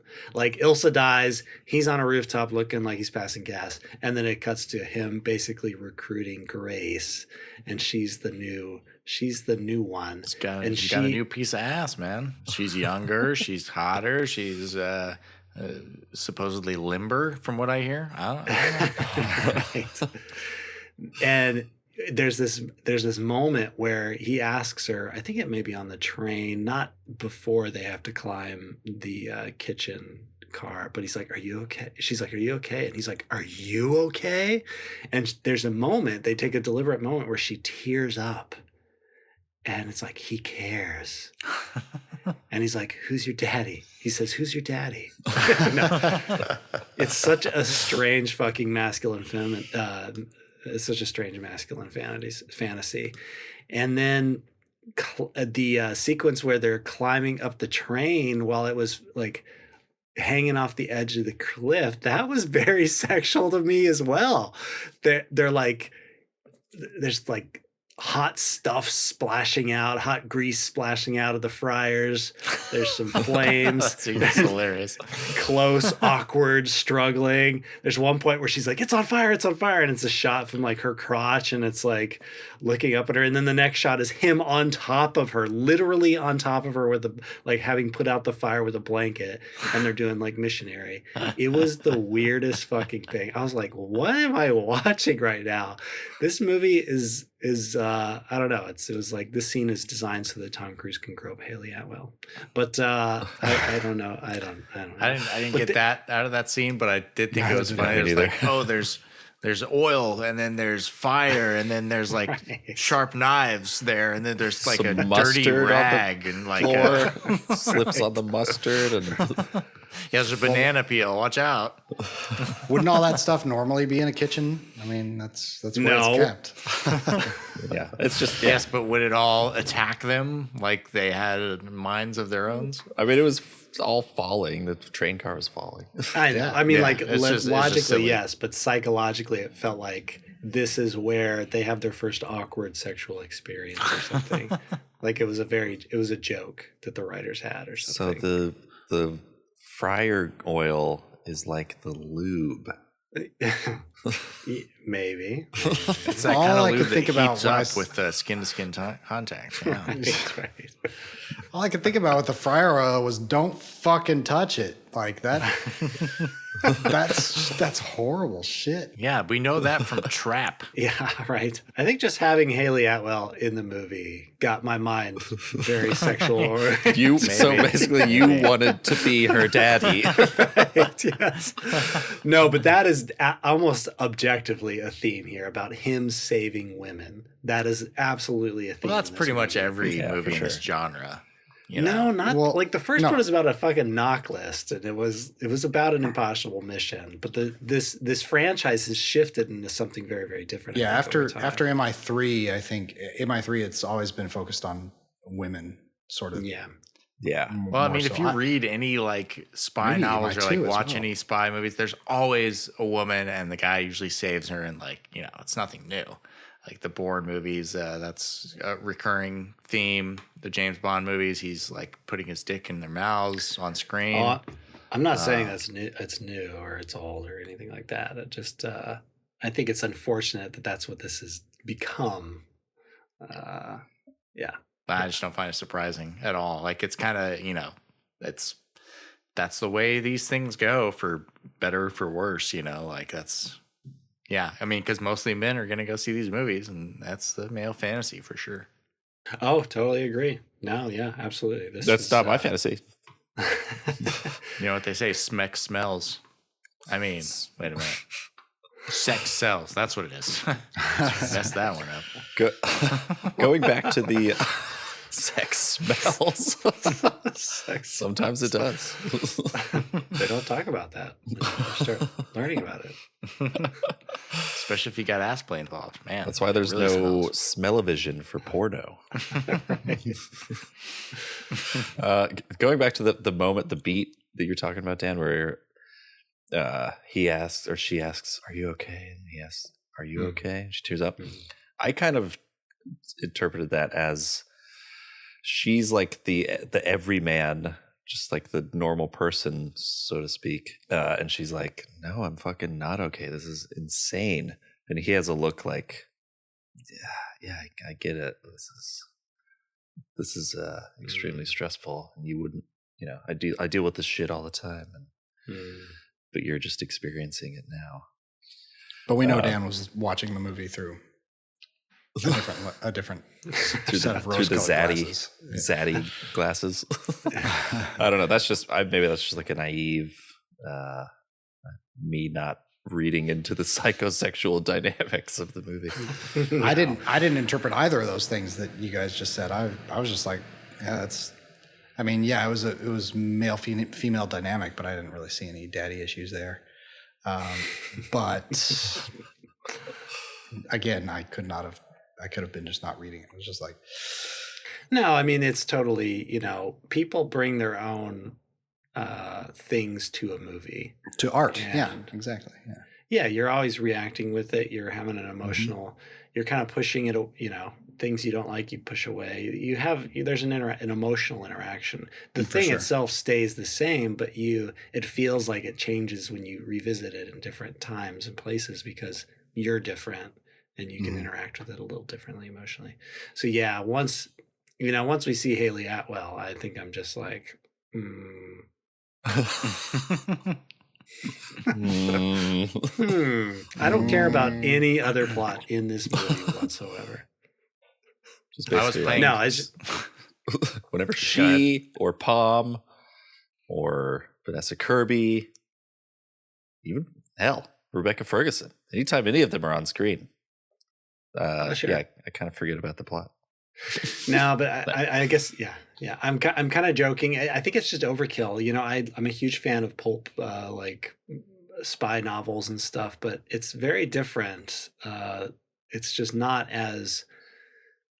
It's not the same. I think they're laying on a little thick with the female angle here, because I think they, like any good business would, they realize who their audience is, they realize what's working, and they're just going to keep doing that over and over again.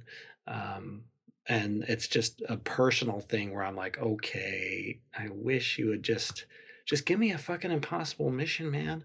Not snazzy stunts and damsels in distress. There's so much damsels in distress shit going on here. It's so annoying. There is quite a lot. Yeah. Yeah. It's kind of insulting. Like all these women always need Hunt. And they specifically make the plot out of it. Like, you have to, one of the women close to you is going to die. Right. Tonight. Yeah. In the party, it becomes a damsel in distress says thing. that. Yeah. Yes. Yeah.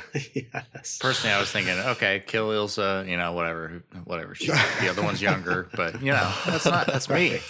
They foreshadowed the death of Ilsa from like the second scene where Elwes is saying like, it's going to cost you gravely. And in the background is like an image of Rebecca Ferguson. Like, oh, she's dead. She's that wasn't dead. Elwes, that was Kittredge. Yeah. Kittredge, right. That was a nice shot there with Ilsa in the background. Yeah. It's going to cost you gravely. Yeah. And then she when Gabriel posits or poses the dilemma to him, Ilsa like looks down as if she knows it's going to be her. Yes. Yeah. Yes. There's so much stuff going on here that's like, I don't know, just nothing was surprising but at least Ilsa has like some sort of autonomy in the story because she like goes actually out of her way to fight this guy, and that's another, god damn it, that scene annoyed the fuck out of me. Go ahead, Matt. Oh sure. Yeah. No, I mean that's just all I had. She had some autonomy, but of course she didn't really because the writers wrote that for her. So that scene where Gabriel's waiting on the bridge and here's Grace running away from the party, running away from everybody, and she sees Gabriel on the bridge, and instead of continuing to run the fuck away, she pulls out a knife and tries to fight him. Yeah, and he's the knife guy. Okay, so there's no, but yeah, like, what are these blades now, by the way? Yeah. No, but my point is, why go fight him? Right. He's just standing there. Why don't you continue running through Venice and hide somewhere, for fuck's sake? Why is your choice to fight him. And then Ilsa shows up and decides to fight him as well. I kind of get Ilsa, but it just baffled me why Grace, the imminent runner, the constant runner in this movie, decides to stop and fight Gabriel. When she got away with the key for the 17th time. Yeah, Right. exactly. You know what? I'm going to stop right here. This bridge looks like, you know what? I need to fight this guy. Like, what? We gotta What? talk about Gabriel. What the fuck is going on with this guy? He's like a T-1000 archetype. They make him very machine-like, strangely cold. He's got knives and blades, kind of creepy. He's very snake-like. Yeah. I don't know. I've never really liked that actor, to be honest, because he doesn't seem like more than like a one-note kind of guy. But yeah, I don't know. It was like he was the embodiment of the entity, but he's supposed to be like still a human, and he's got motivations of his own, I guess, to take over the world or whatever. But I don't know. I didn't buy him as a bad guy, even as like the second in command of the bad guys. I don't know. Yeah, I don't even know what his deal is. They're not clear. Like they make him very machine-like and zombie-like. And they have him smuggled. Like, I can't even get a bottle of sunscreen more than 5 ounces on through TSA, and they got a fucking coffin with a computer zombie through it. It's like on a train. Yeah, a road case. Right. Fucking. And the way Mantis, Tom Cruise has to jump with the parachute to get on the train, by the way. Mantis just like jumps on it from a bridge and like hits her back. From She's the like, middle. "Bam, fuck, oh shit. Oh, I'm fine. No, I'm cool. From the middle of the bridge, not Right. even the end of the bridge. Like, how did you not lose your head on the second beam that passed by after you jumped? What the fuck? And on the note of Gabriel back in the airport earlier in the movie, how in the fuck did Ethan see Gabriel through the glasses, but then he takes the glasses off and Gabriel isn't there?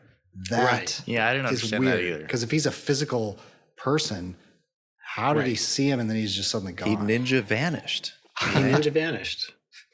So fucking The entity weird. is erasing him in real time from all devices. So, like, Including Because your these own glasses eyeballs. that Ethan Hunt has, they're on the airport's Wi-Fi, basically. Yeah, but he See, takes I the glasses thought it off. was Why like- isn't Gabriel right in front of him? No, I know. To your point, yeah, you're absolutely right. I thought that It's like- Gabriel like had some sort of scrambling ray in his glasses or Right, some right, shit. Me too. Yes. Yeah. The He fuck? just pranced away really fast as soon as he He saw him. he just ducked. He's flat on the floor right there. Speaking of the airport, when Shea Wiggum and Tarzan go into the airport, I don't know if any of y'all noticed the scene, but they're like run into the airport and Tarzan's like, you know him? Shea Wiggum's like, not personally, but it is personal, right? Yeah, we I never don't find know out. what that's about. Yeah, Is like- that a different movie? Was he in a different movie? Was I Shea don't Wiggum in a think- different movie? I don't Was he? remember. I'm pretty I sure don't that remember. I'm pretty sure it's the first time we've seen Shay in the franchise. So That's Oh what I my thought. God. Yeah. I don't know what the hell. It's like, what? I just why? assumed like I'm not in touch with the previous installments, and which I'm not. But now that makes it even worse. It's like, what is this? They just need a cop entity to be, a flat foot to chase him around everywhere to put a little extra Right. pressure on him. I'm guessing we'll find out in the sequel. I'm guessing we'll find out. Yeah, I that's guess, I assume. but So maybe. I would hope so.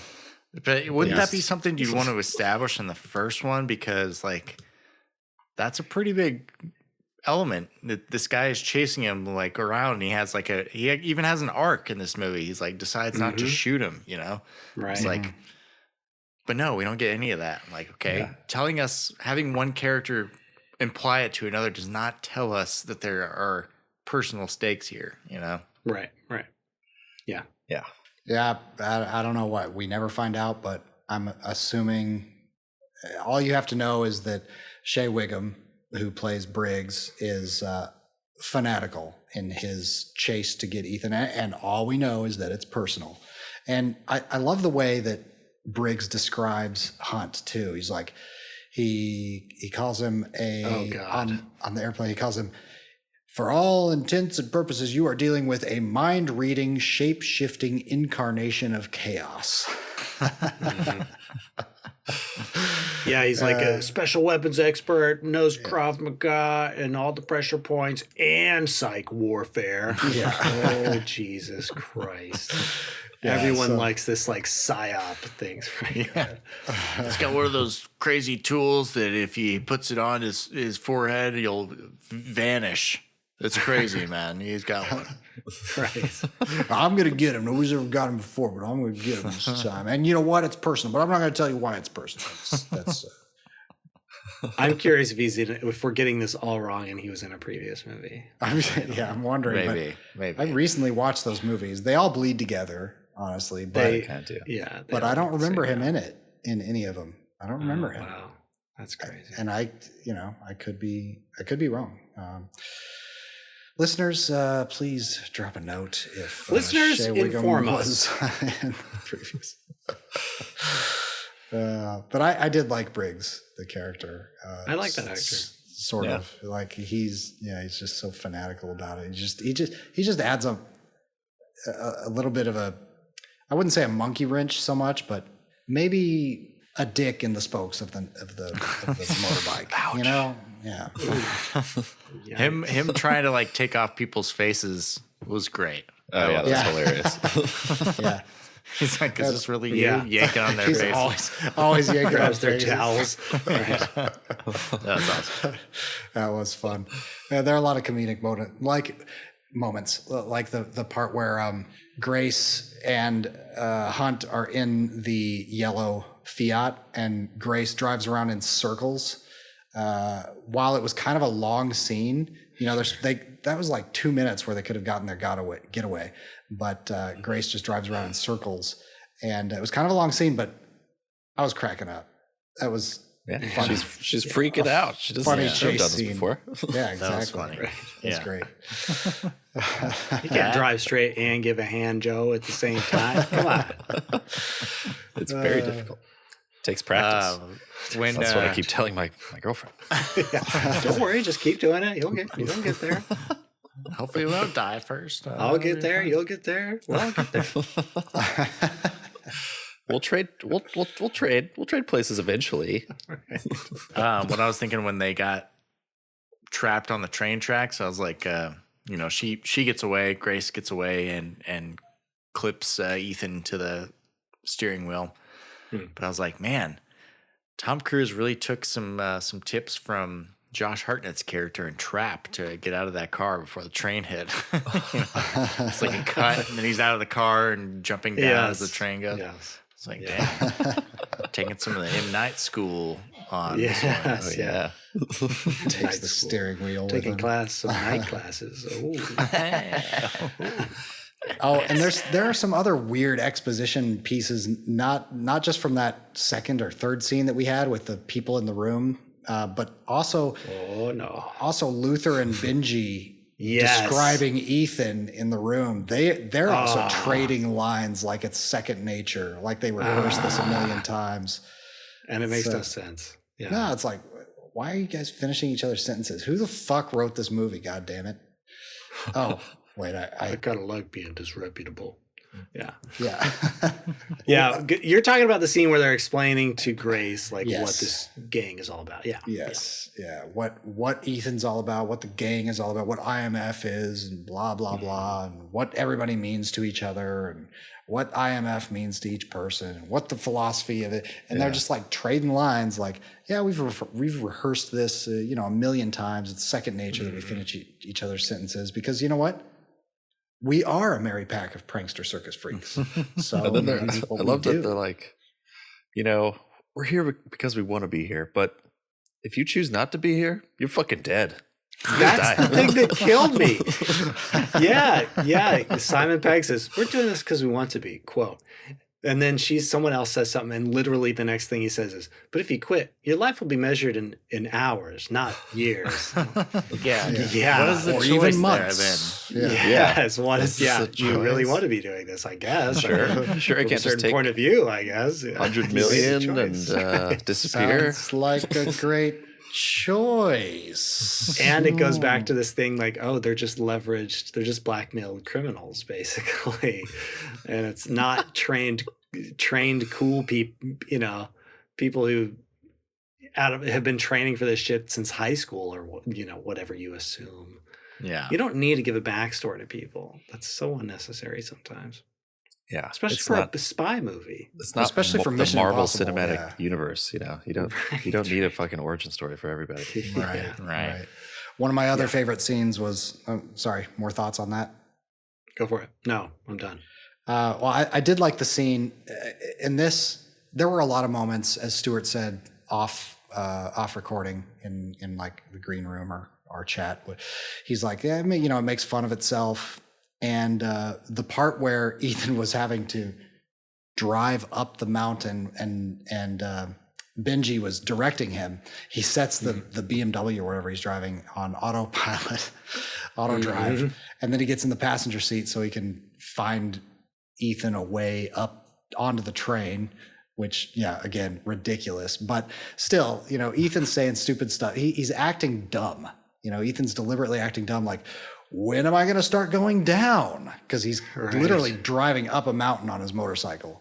And which, that's kind of funny. But then there's the other scene, which, again, it's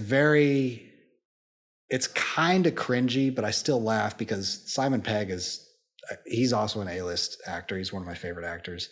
And he's Ethan is giving him a hard time because he's at the very top of a mountain. Like, I can't jump off this mountain. What do you expect me to do? And Benji goes, you know what? Just figure out. I don't know. I'm under a lot of pressure here. And he's just in a car on a computer. Yeah. And I loved it. I loved it. I loved the line. It was making fun of itself. I thought, Yeah. So. Yeah, there's that. There's like, I think it's Briggs who mentions, well, they go rogue every time. Yeah, that's their thing. That's what they do. Yeah, that's kind of a funny. Have you ever seen a mission where they haven't gone rogue? Yeah, Right. and that's another point. Like, every movie is kind of the same. You trust, the government trusts them to do their job, but at the same time doesn't trust them and also hunts them at the same time. Like, Right. you're kind of getting in our it gets way. kind of old. Yeah. Why? Yeah. If you're going to go rogue, we can't have you going rogue. Although that's what you do. But you know what? We're going to chase you for it. Even though you're a secret entity and we don't have to give a public show of a chase, or justice, we're still going to do it. Mm-hmm. It's so weird. Yeah. So I got a couple of things that I want to say about this movie. Oh, please do. Oh, no.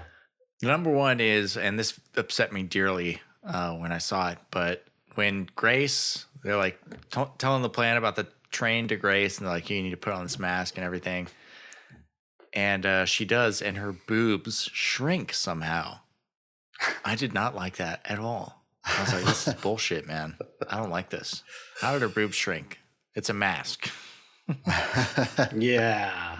What's going on with that? Stupid. Taped them a little bit. Okay. Not the joke I thought it would be, but Hey, fine. I happen to be a big fan of little boobs, so it didn't bother me at all. I was just so fixated on those that I was a little distracted when they were suddenly smaller. I don't know why. I don't know. They do What? They do some clever tricks with lighting and makeup and angles to make her look slightly fake there. And I'm like, oh, good job. That's cool. Yeah. Good job. I like that. Yeah, they definitely. I noticed the clothes were different to not accentuate her body the way they had been when she was supposed to be this other person. Interesting. Ooh. I will say though that the when Grace is dealing with Kittredge on the train, and her right hand man, her eyes are brown, whereas the White Widow's eyes are blue. It's like, no one would notice that. I know. Really? Yeah, I pretty, did notice that.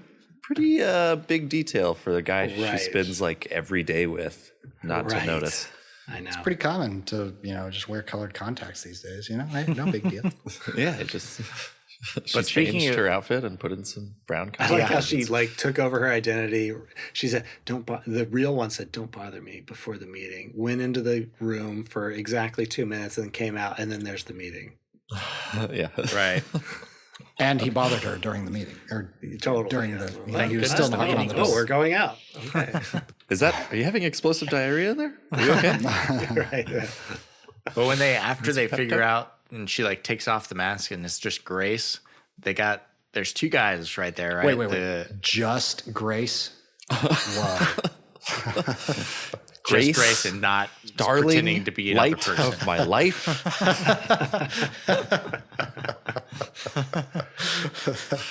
The woman who went to the #1 spot on my list that the judge said I should throw away and never look at again. Anyway, what I'm trying to say is they got her dead to rights. One guy's pointing a gun at her, and she's like got her hands up, and then she gives the key over, and he's like, "Kill her," says the guy pointing the gun at her. It's like, what the fuck is? Just shoot it. I know. Just shoot. Like, why do you have to create stupid things? Like, just have Ethan come in the window then. Right. But no, they gotta like build the tension a little bit more, even though it's not plausible at Kill all. her as slowly as possible. Right. With the gun in your belt. I could do it, but I don't want to. I like those surprises. Like, yeah, if the tension hadn't been built up to the watching the guy pull the gun out of his belt very slowly and point it at her. Like, if Ethan had just flown right in, I mean, not only could we have taken off a minute out of this movie, which would have been cool, but it would have been even more surprising, you know? Right. Would have been cool. You know something is happening. You Right. know something's like going to how- save her. Yeah. And he also, apparently these trains are made of plywood. Inside, and he just takes out the side of a metal train that the dude is sticking a knife in later to climb. Oh, yeah, There's that not a was scratch on him. absurd. What? When he puts he stabs the knife into the roof and then like swings down like fucking Tarzan or something. Wow, that's Tarzan. a tough knife. T1000. Yeah, that's a hell of a knife. That's fucking crazy. If you look closely, the knife didn't stab that deeply into the prop Yeah. train. And he's holding onto it with 2 hands. It can't even be that long. Yeah, it's just, physics don't matter in Mission Impossible movies. Not anymore. But you know what? I will say, Yeah. I will say that it's a fun movie, well directed, and the stunts, as always, are pretty fucking sweet. I loved watching Tom Cruise jump off the mountain with a motorbike Yep. and a parachute. That's pretty That was sweet, awesome. Paragliding looks super fun. Oh, yeah. Man. And he I love there's so much of that where it's just like, oh yeah, that's Tom Cruise really doing that. There he is again, doing that. Super dangerous thing. He and Atwell just climbing out onto the train. Like, well, they're doing that. Yeah. Jesus Christ. The train sequence was pretty fun to fight, although unrealistic, like especially when they went through the tunnel. I was like, oh shit, that's freaky. Where they're like ducking on the tunnel. The tunnel was just too Inches above their CG head. for me. It was very CG. It's Yeah. pretty CG. Moving so fast. Too much of that. But yeah, There's I was still like, like, oh, ooh, this is a point in the movie where 2 old guys fight on top of a train. And Gabriel's like, I'm the only one who knows. And then you see Jack Hawk, or whatever his name is, Jack Hawk. Hunt, Oh, never mind. Ethan Reacher.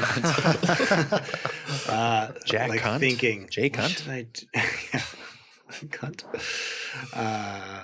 He's like, what should I do? What should I do? Like his eyes are like darting all over the place. What do I do? I'm gonna kill it. I was just like, okay, here we go. Just that acting moment. I was like, we don't need this. Why are we doing this?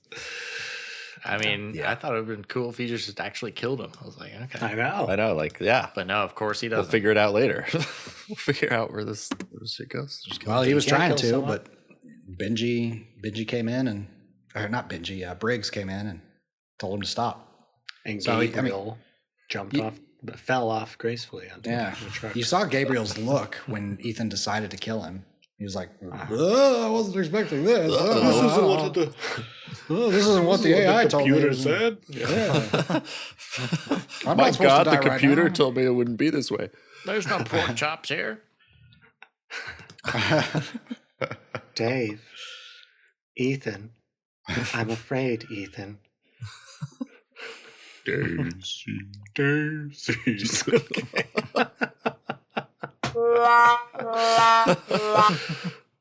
Oh, you uncultured troglodyte.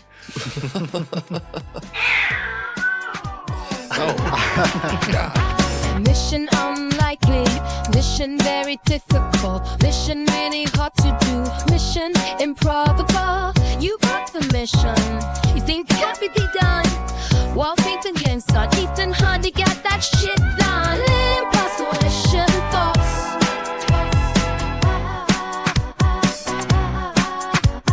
An impossible mission force.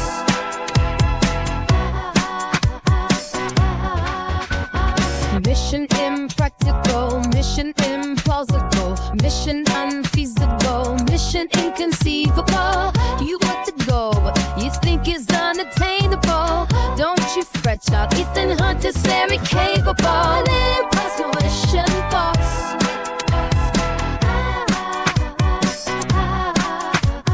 An impossible mission force.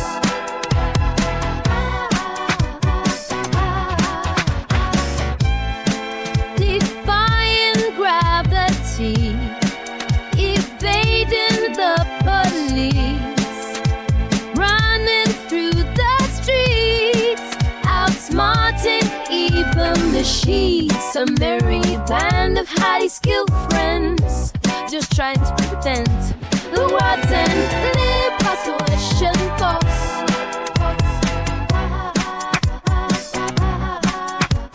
An impossible mission force.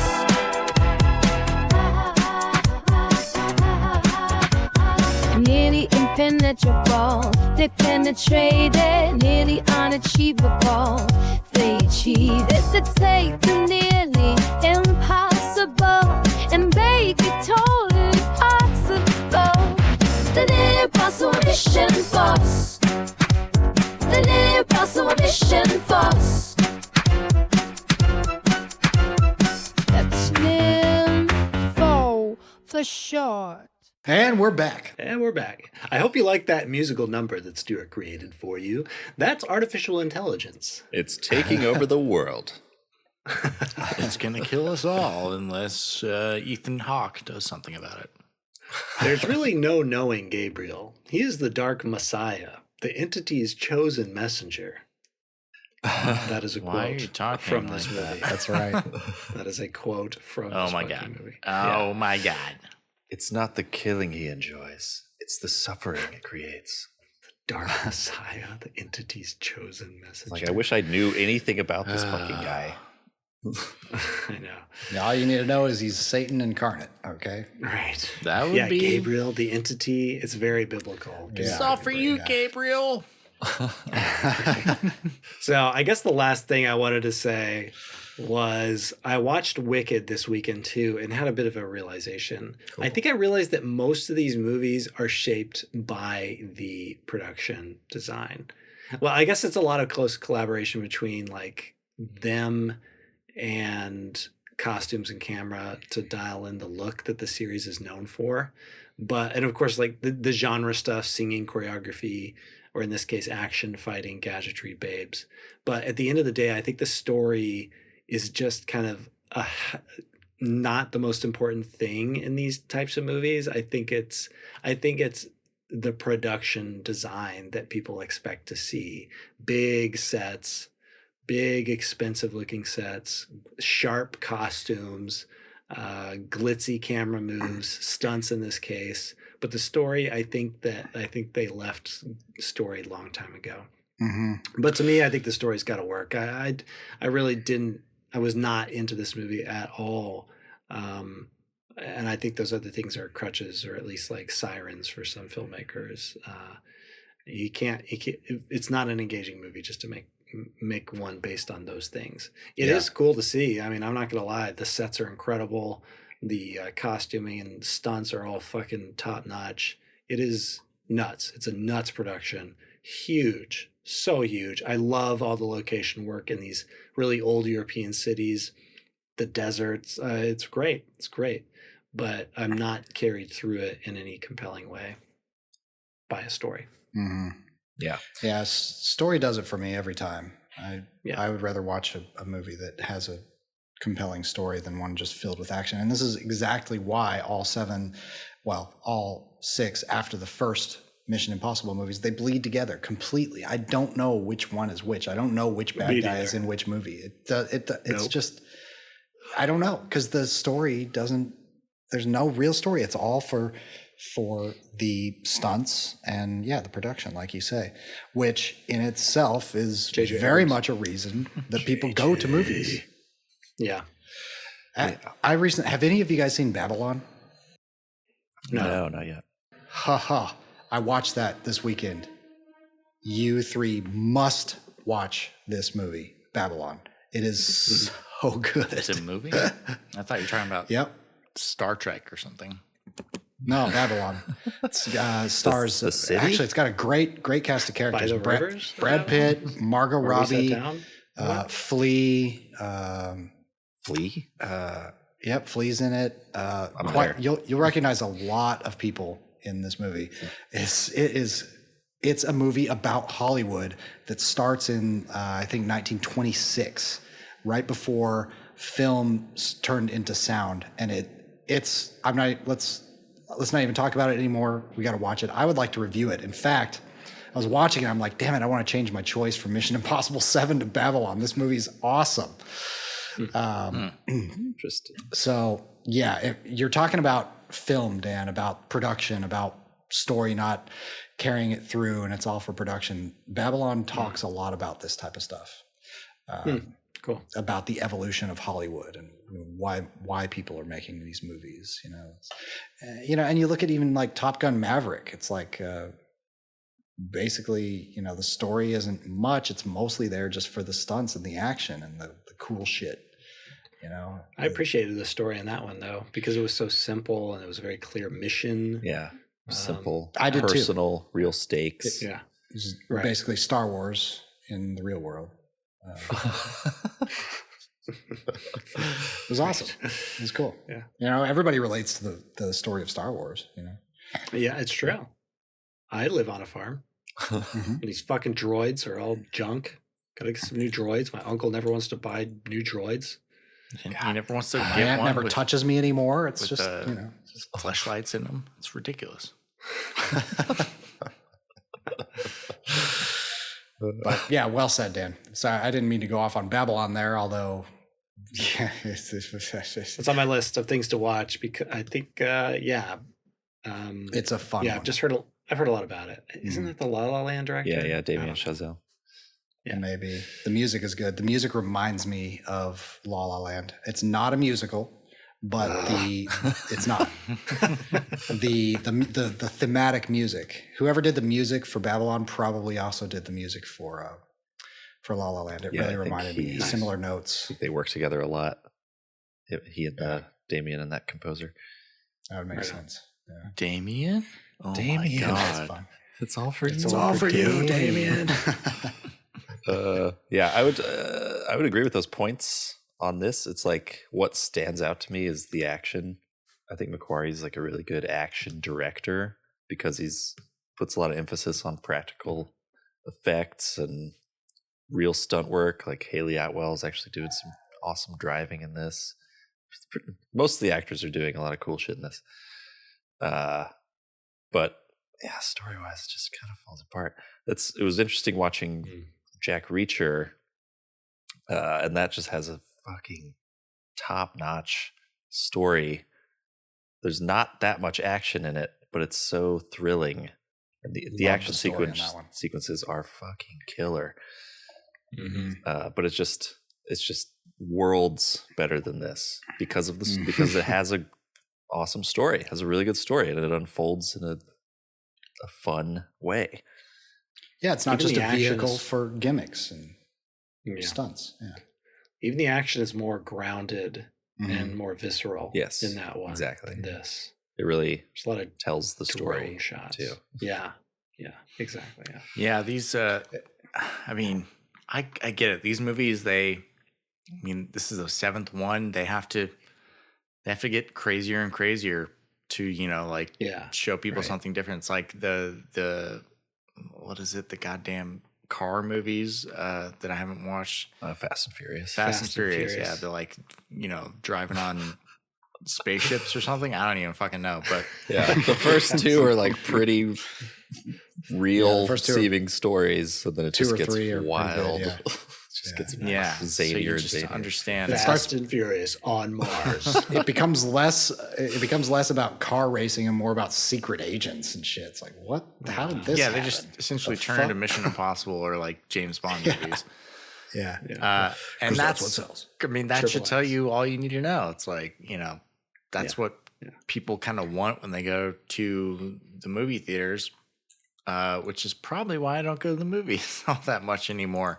I guess I'm at a point in my life where I want story more than anything else. I'd still like those other things, but I want the story to like prop everything else up.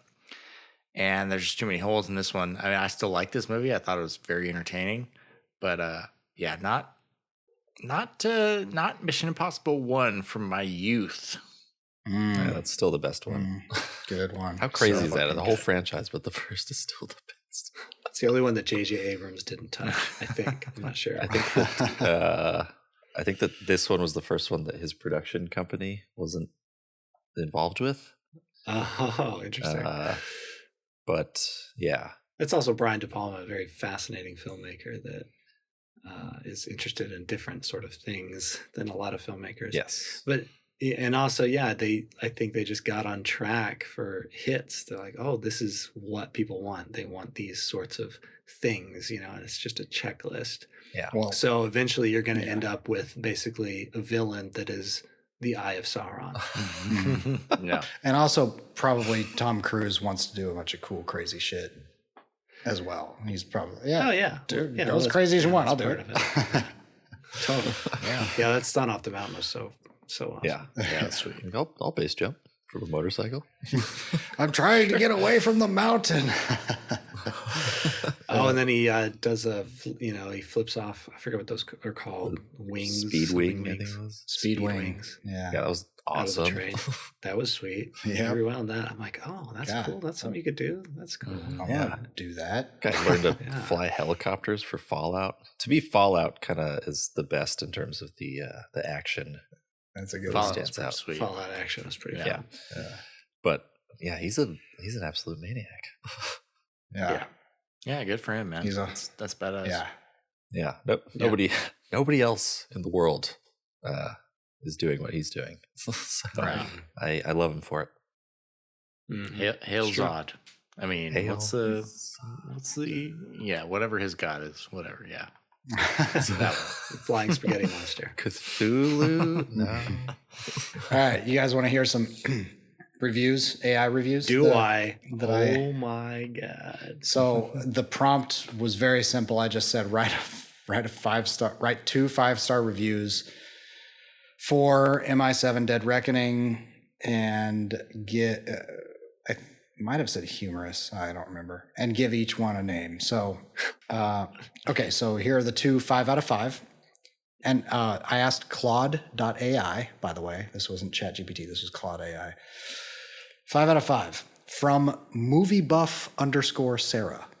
Dead Reckoning is a masterclass in action filmmaking that somehow manages to up the ante from previous Mission Impossible entries. Tom Cruise continues to defy both age and gravity, delivering heart-stopping stunts that had me gripping my armrest. That Rome chase sequence alone is worth the price of admission. The addition of Hayley Atwell as Grace brings fresh energy to the franchise, and her chemistry with Cruise crackles in every scene. I agree. While the AI threat storyline feels particularly relevant to our times, it's the human elements and spectacular practical effects that make this film AI? soar. Yeah, an AI would say that, wouldn't it? Just clawing for relevance. Director. Director Christopher McQuarrie orchestrates the chaos with precision, creating set pieces that will be studied in film school for years to come. Not very likely. But Okay, the second 5-star review from mid. Thrilled Dad Mike. Thrilled Dad. All caps, holy moly! This movie is all caps insane. I took my teenager to see this, and for the first time ever, they weren't on their phone. That train sequence, I literally forgot to breathe. The way they handle the whole evil AI thing is super clever. It's not just, quote, computer bad. It actually makes you think while you're watching Tom Cruise do things that would make a stunt coordinator wake up in cold sweats. Also, can we talk about how... What? It actually makes you think while you're watching Tom Cruise do things that would make a stunt coordinator wake up in cold sweats. Yeah. I'm like, whoa, I'm thinking right now. Oh, wow, dude, Wade Eastwood was waking up in cold sweats. The whole production, I hear. The whole production. Wait, was he the stunt Well, coordinator? I was thinking about He that. was, yeah. No shit. Yeah, he's an assistant director and stunt coordinator. Wait, is this the same Eastwood that was an actor as well? I have no idea. not Clint. I just saw his name in the credits. No. All right. Also, can we talk about how this dude is 60 plus and still running like he's being chased by his college loans? The whole cast is fantastic.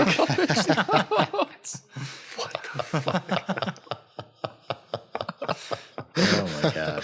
The whole cast is fantastic, but watching Cruise and Hayley Atwell trying to out-heist each other is pure movie magic. Best action movie I've seen in years, worth every penny of the IMAX ticket and the popcorn I stress ate during the chase scenes. You know what you got to do with your college loans is you got to make a stand. You got to choose a spot, and you got to make a little kill box. And when those college loans comes walking into that kill box, you spring your trap. Mission accomplished. And then you put them in a storage unit that's likely to get too full with all the college loans that you've trapped and explode and cause chaos in New York City. Yeah, it's true. Yeah. It's true. And then who are you going to call? Joe Biden. Loan busters. Joe Biden busters. Joe Biden, a 90-year-old man. Okay, now for one out of 5 stars. Okay. This reviewer is named Cinematic Purist Roger. And this is just to be clear, this is AI. These are reviews that you made AI make Yeah, for us. I asked Claude AI to write these for us. Yes. But we're not sure that Claude didn't just steal these from the internet. You never know. It's true. Yeah. Right. Because these sound awful lot like humans on the internet. Yeah. I know no computer that I know stress eats popcorn. Just saying. That's supposed to be written by a human, yeah. Okay, 1 out of 5. What an exhausting, overblown mess of a film that prioritizes spectacle over substance. The plot about a rogue AI feels like it was written by someone who just discovered ChatGPT and thought, scary computer bad was a novel concept. While Tom Cruise's dedication to stunts is admirable, at this point it feels like self-parody. We get it. You can run and hang off things.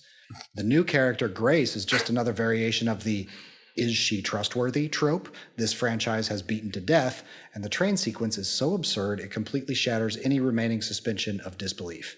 This franchise has finally achieved the impossible. It's made me stop caring. It achieved the impossible. Damn, son. I don't disagree with this. Had a lot of valid points. We covered many of those points in this review. We did. Yes. Are we AI? Oh my god. Wow. I guess Okay, Claude is being second- trained on recent internet. Yeah, Claude's pretty up to date. Second 1 out of 5 review is from Angry Movie Guy Dave. Dave, Names. Shut up, Dave. By the way, this one is done. this is interesting because it's almost all written in lower caps. Like there's no capitalization at the beginning of sentences or anything. It's all lowercase. I know people who type like that. Except for one word, which I'll say it. So saved $signs by walking out halfway through. No, you didn't. No, It's not the way it works. No. Yeah, that's not how it works. That's right. Yeah. I saved half my money by walking out. You actually lost your money. you lost more money than Your money is gone. Technically. Your money went away. Your money's gone. Money's not here. Money's gone. That was Fight Club.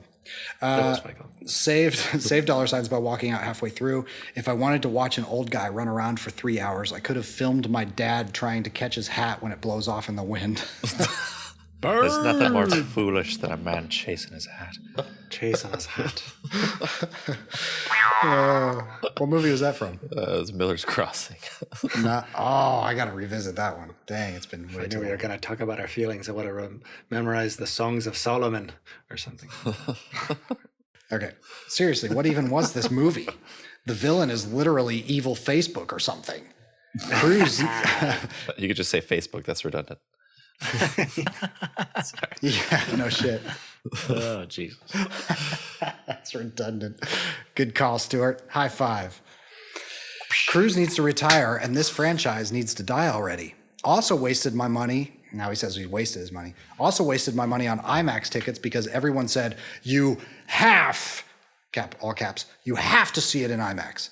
Yeah, right. So I could see how fake everything looks in super high definition. The only impossible mission was staying awake through this garbage. 1 star, only because 0 isn't an option. Wow. That is how people talk. That's crazy. So I thought this was appropriate that the entity wrote some of the reviews that we covered in this. Yeah. I like it. Yeah. You know what? Let's just have AI write the rest of our shows. Sounds good. That's right. Already doing it. And then, Dave. then no one will know what the truth I is. like the sour apple flavored popcorn. That's what I like to eat. Sour apple flavored pop. And the carbonated sweet beverage. I like that too. Sometimes I like it so much that I just pour it all over my face.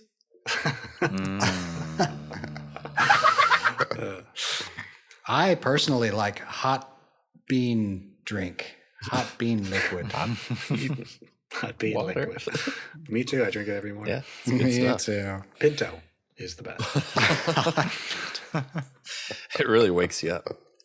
It's like, whoa, I am farting something crazy today. I am awake.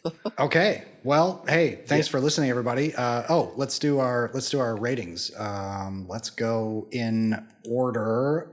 I guess me last. Dan, what would you rate this movie?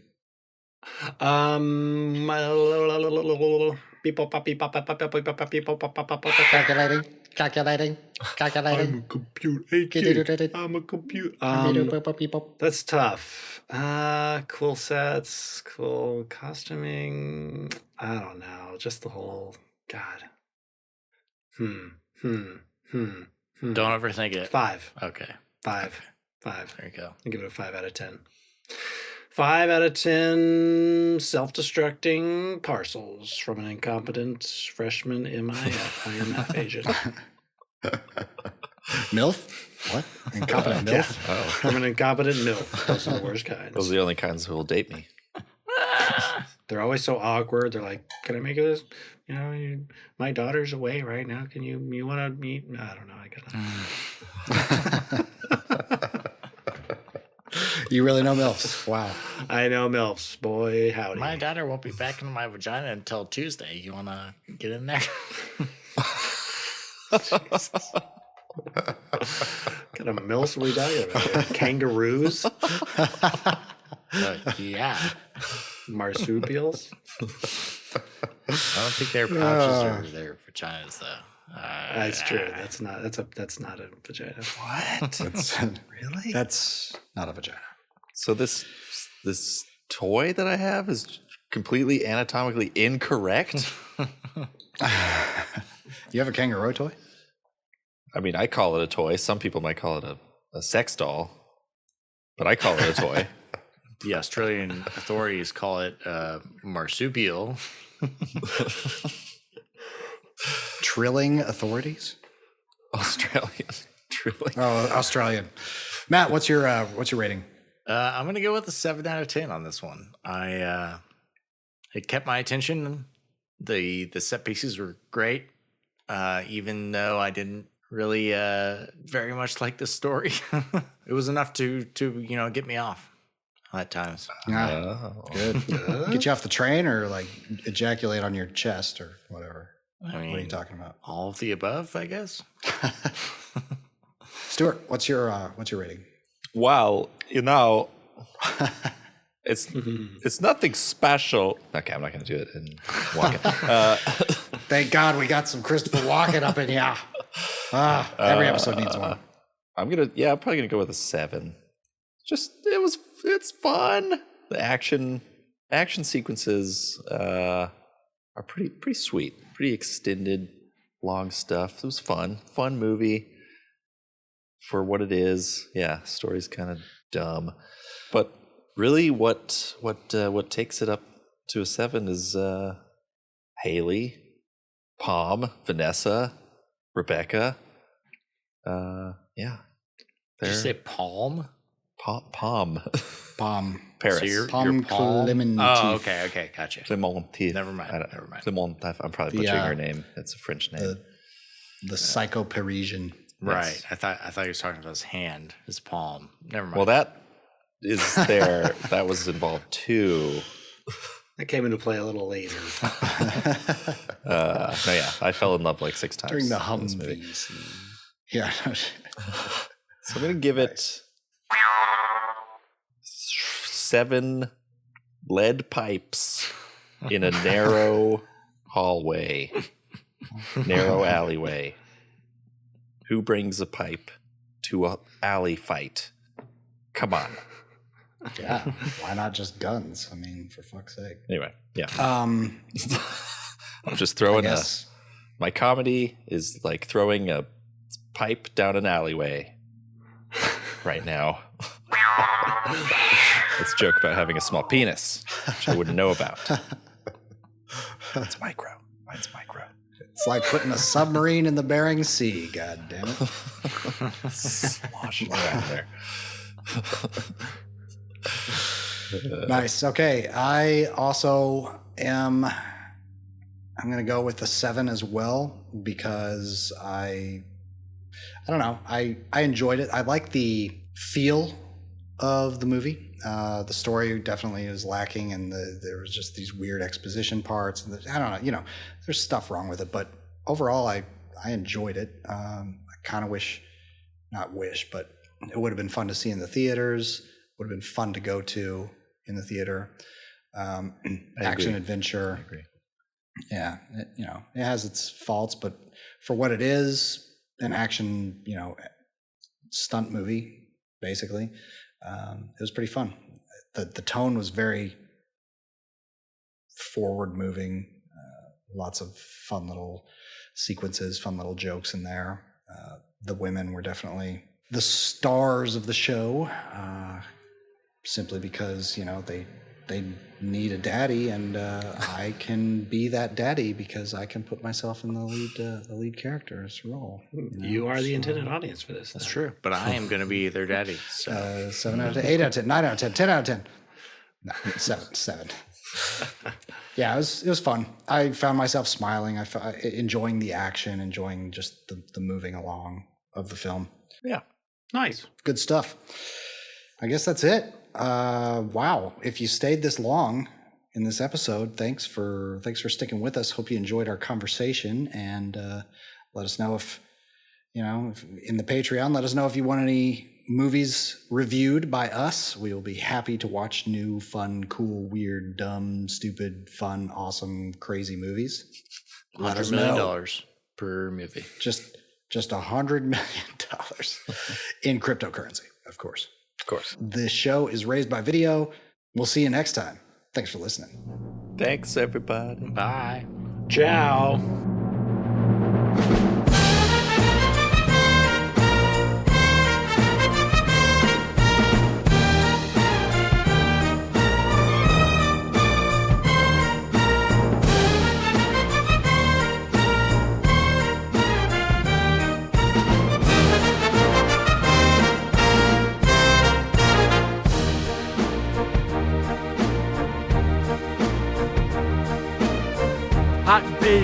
cool stunts. A world-class sprinter named Ethan Hunt.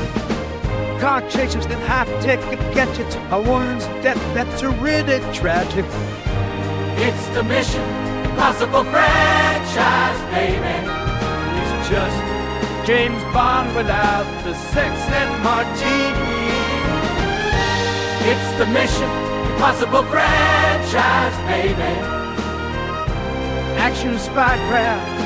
What more do you need?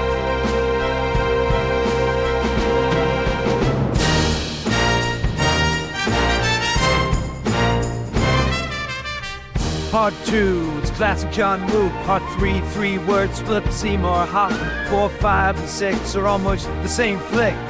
The Part 1 is still top of the list. Cool, smart spies doing difficult tasks. We don't need to know their tortured past. Now it's all about spectacle and Tom Cruise's massive testicles. But that's cool, I'm not complaining. Dude's a freaking legend. The stunts are amazing. It's the Mission Impossible franchise, baby. It's just James Bond with less than killing and drinking. It's the Mission Impossible franchise, baby. It's 007 except it's PG-13.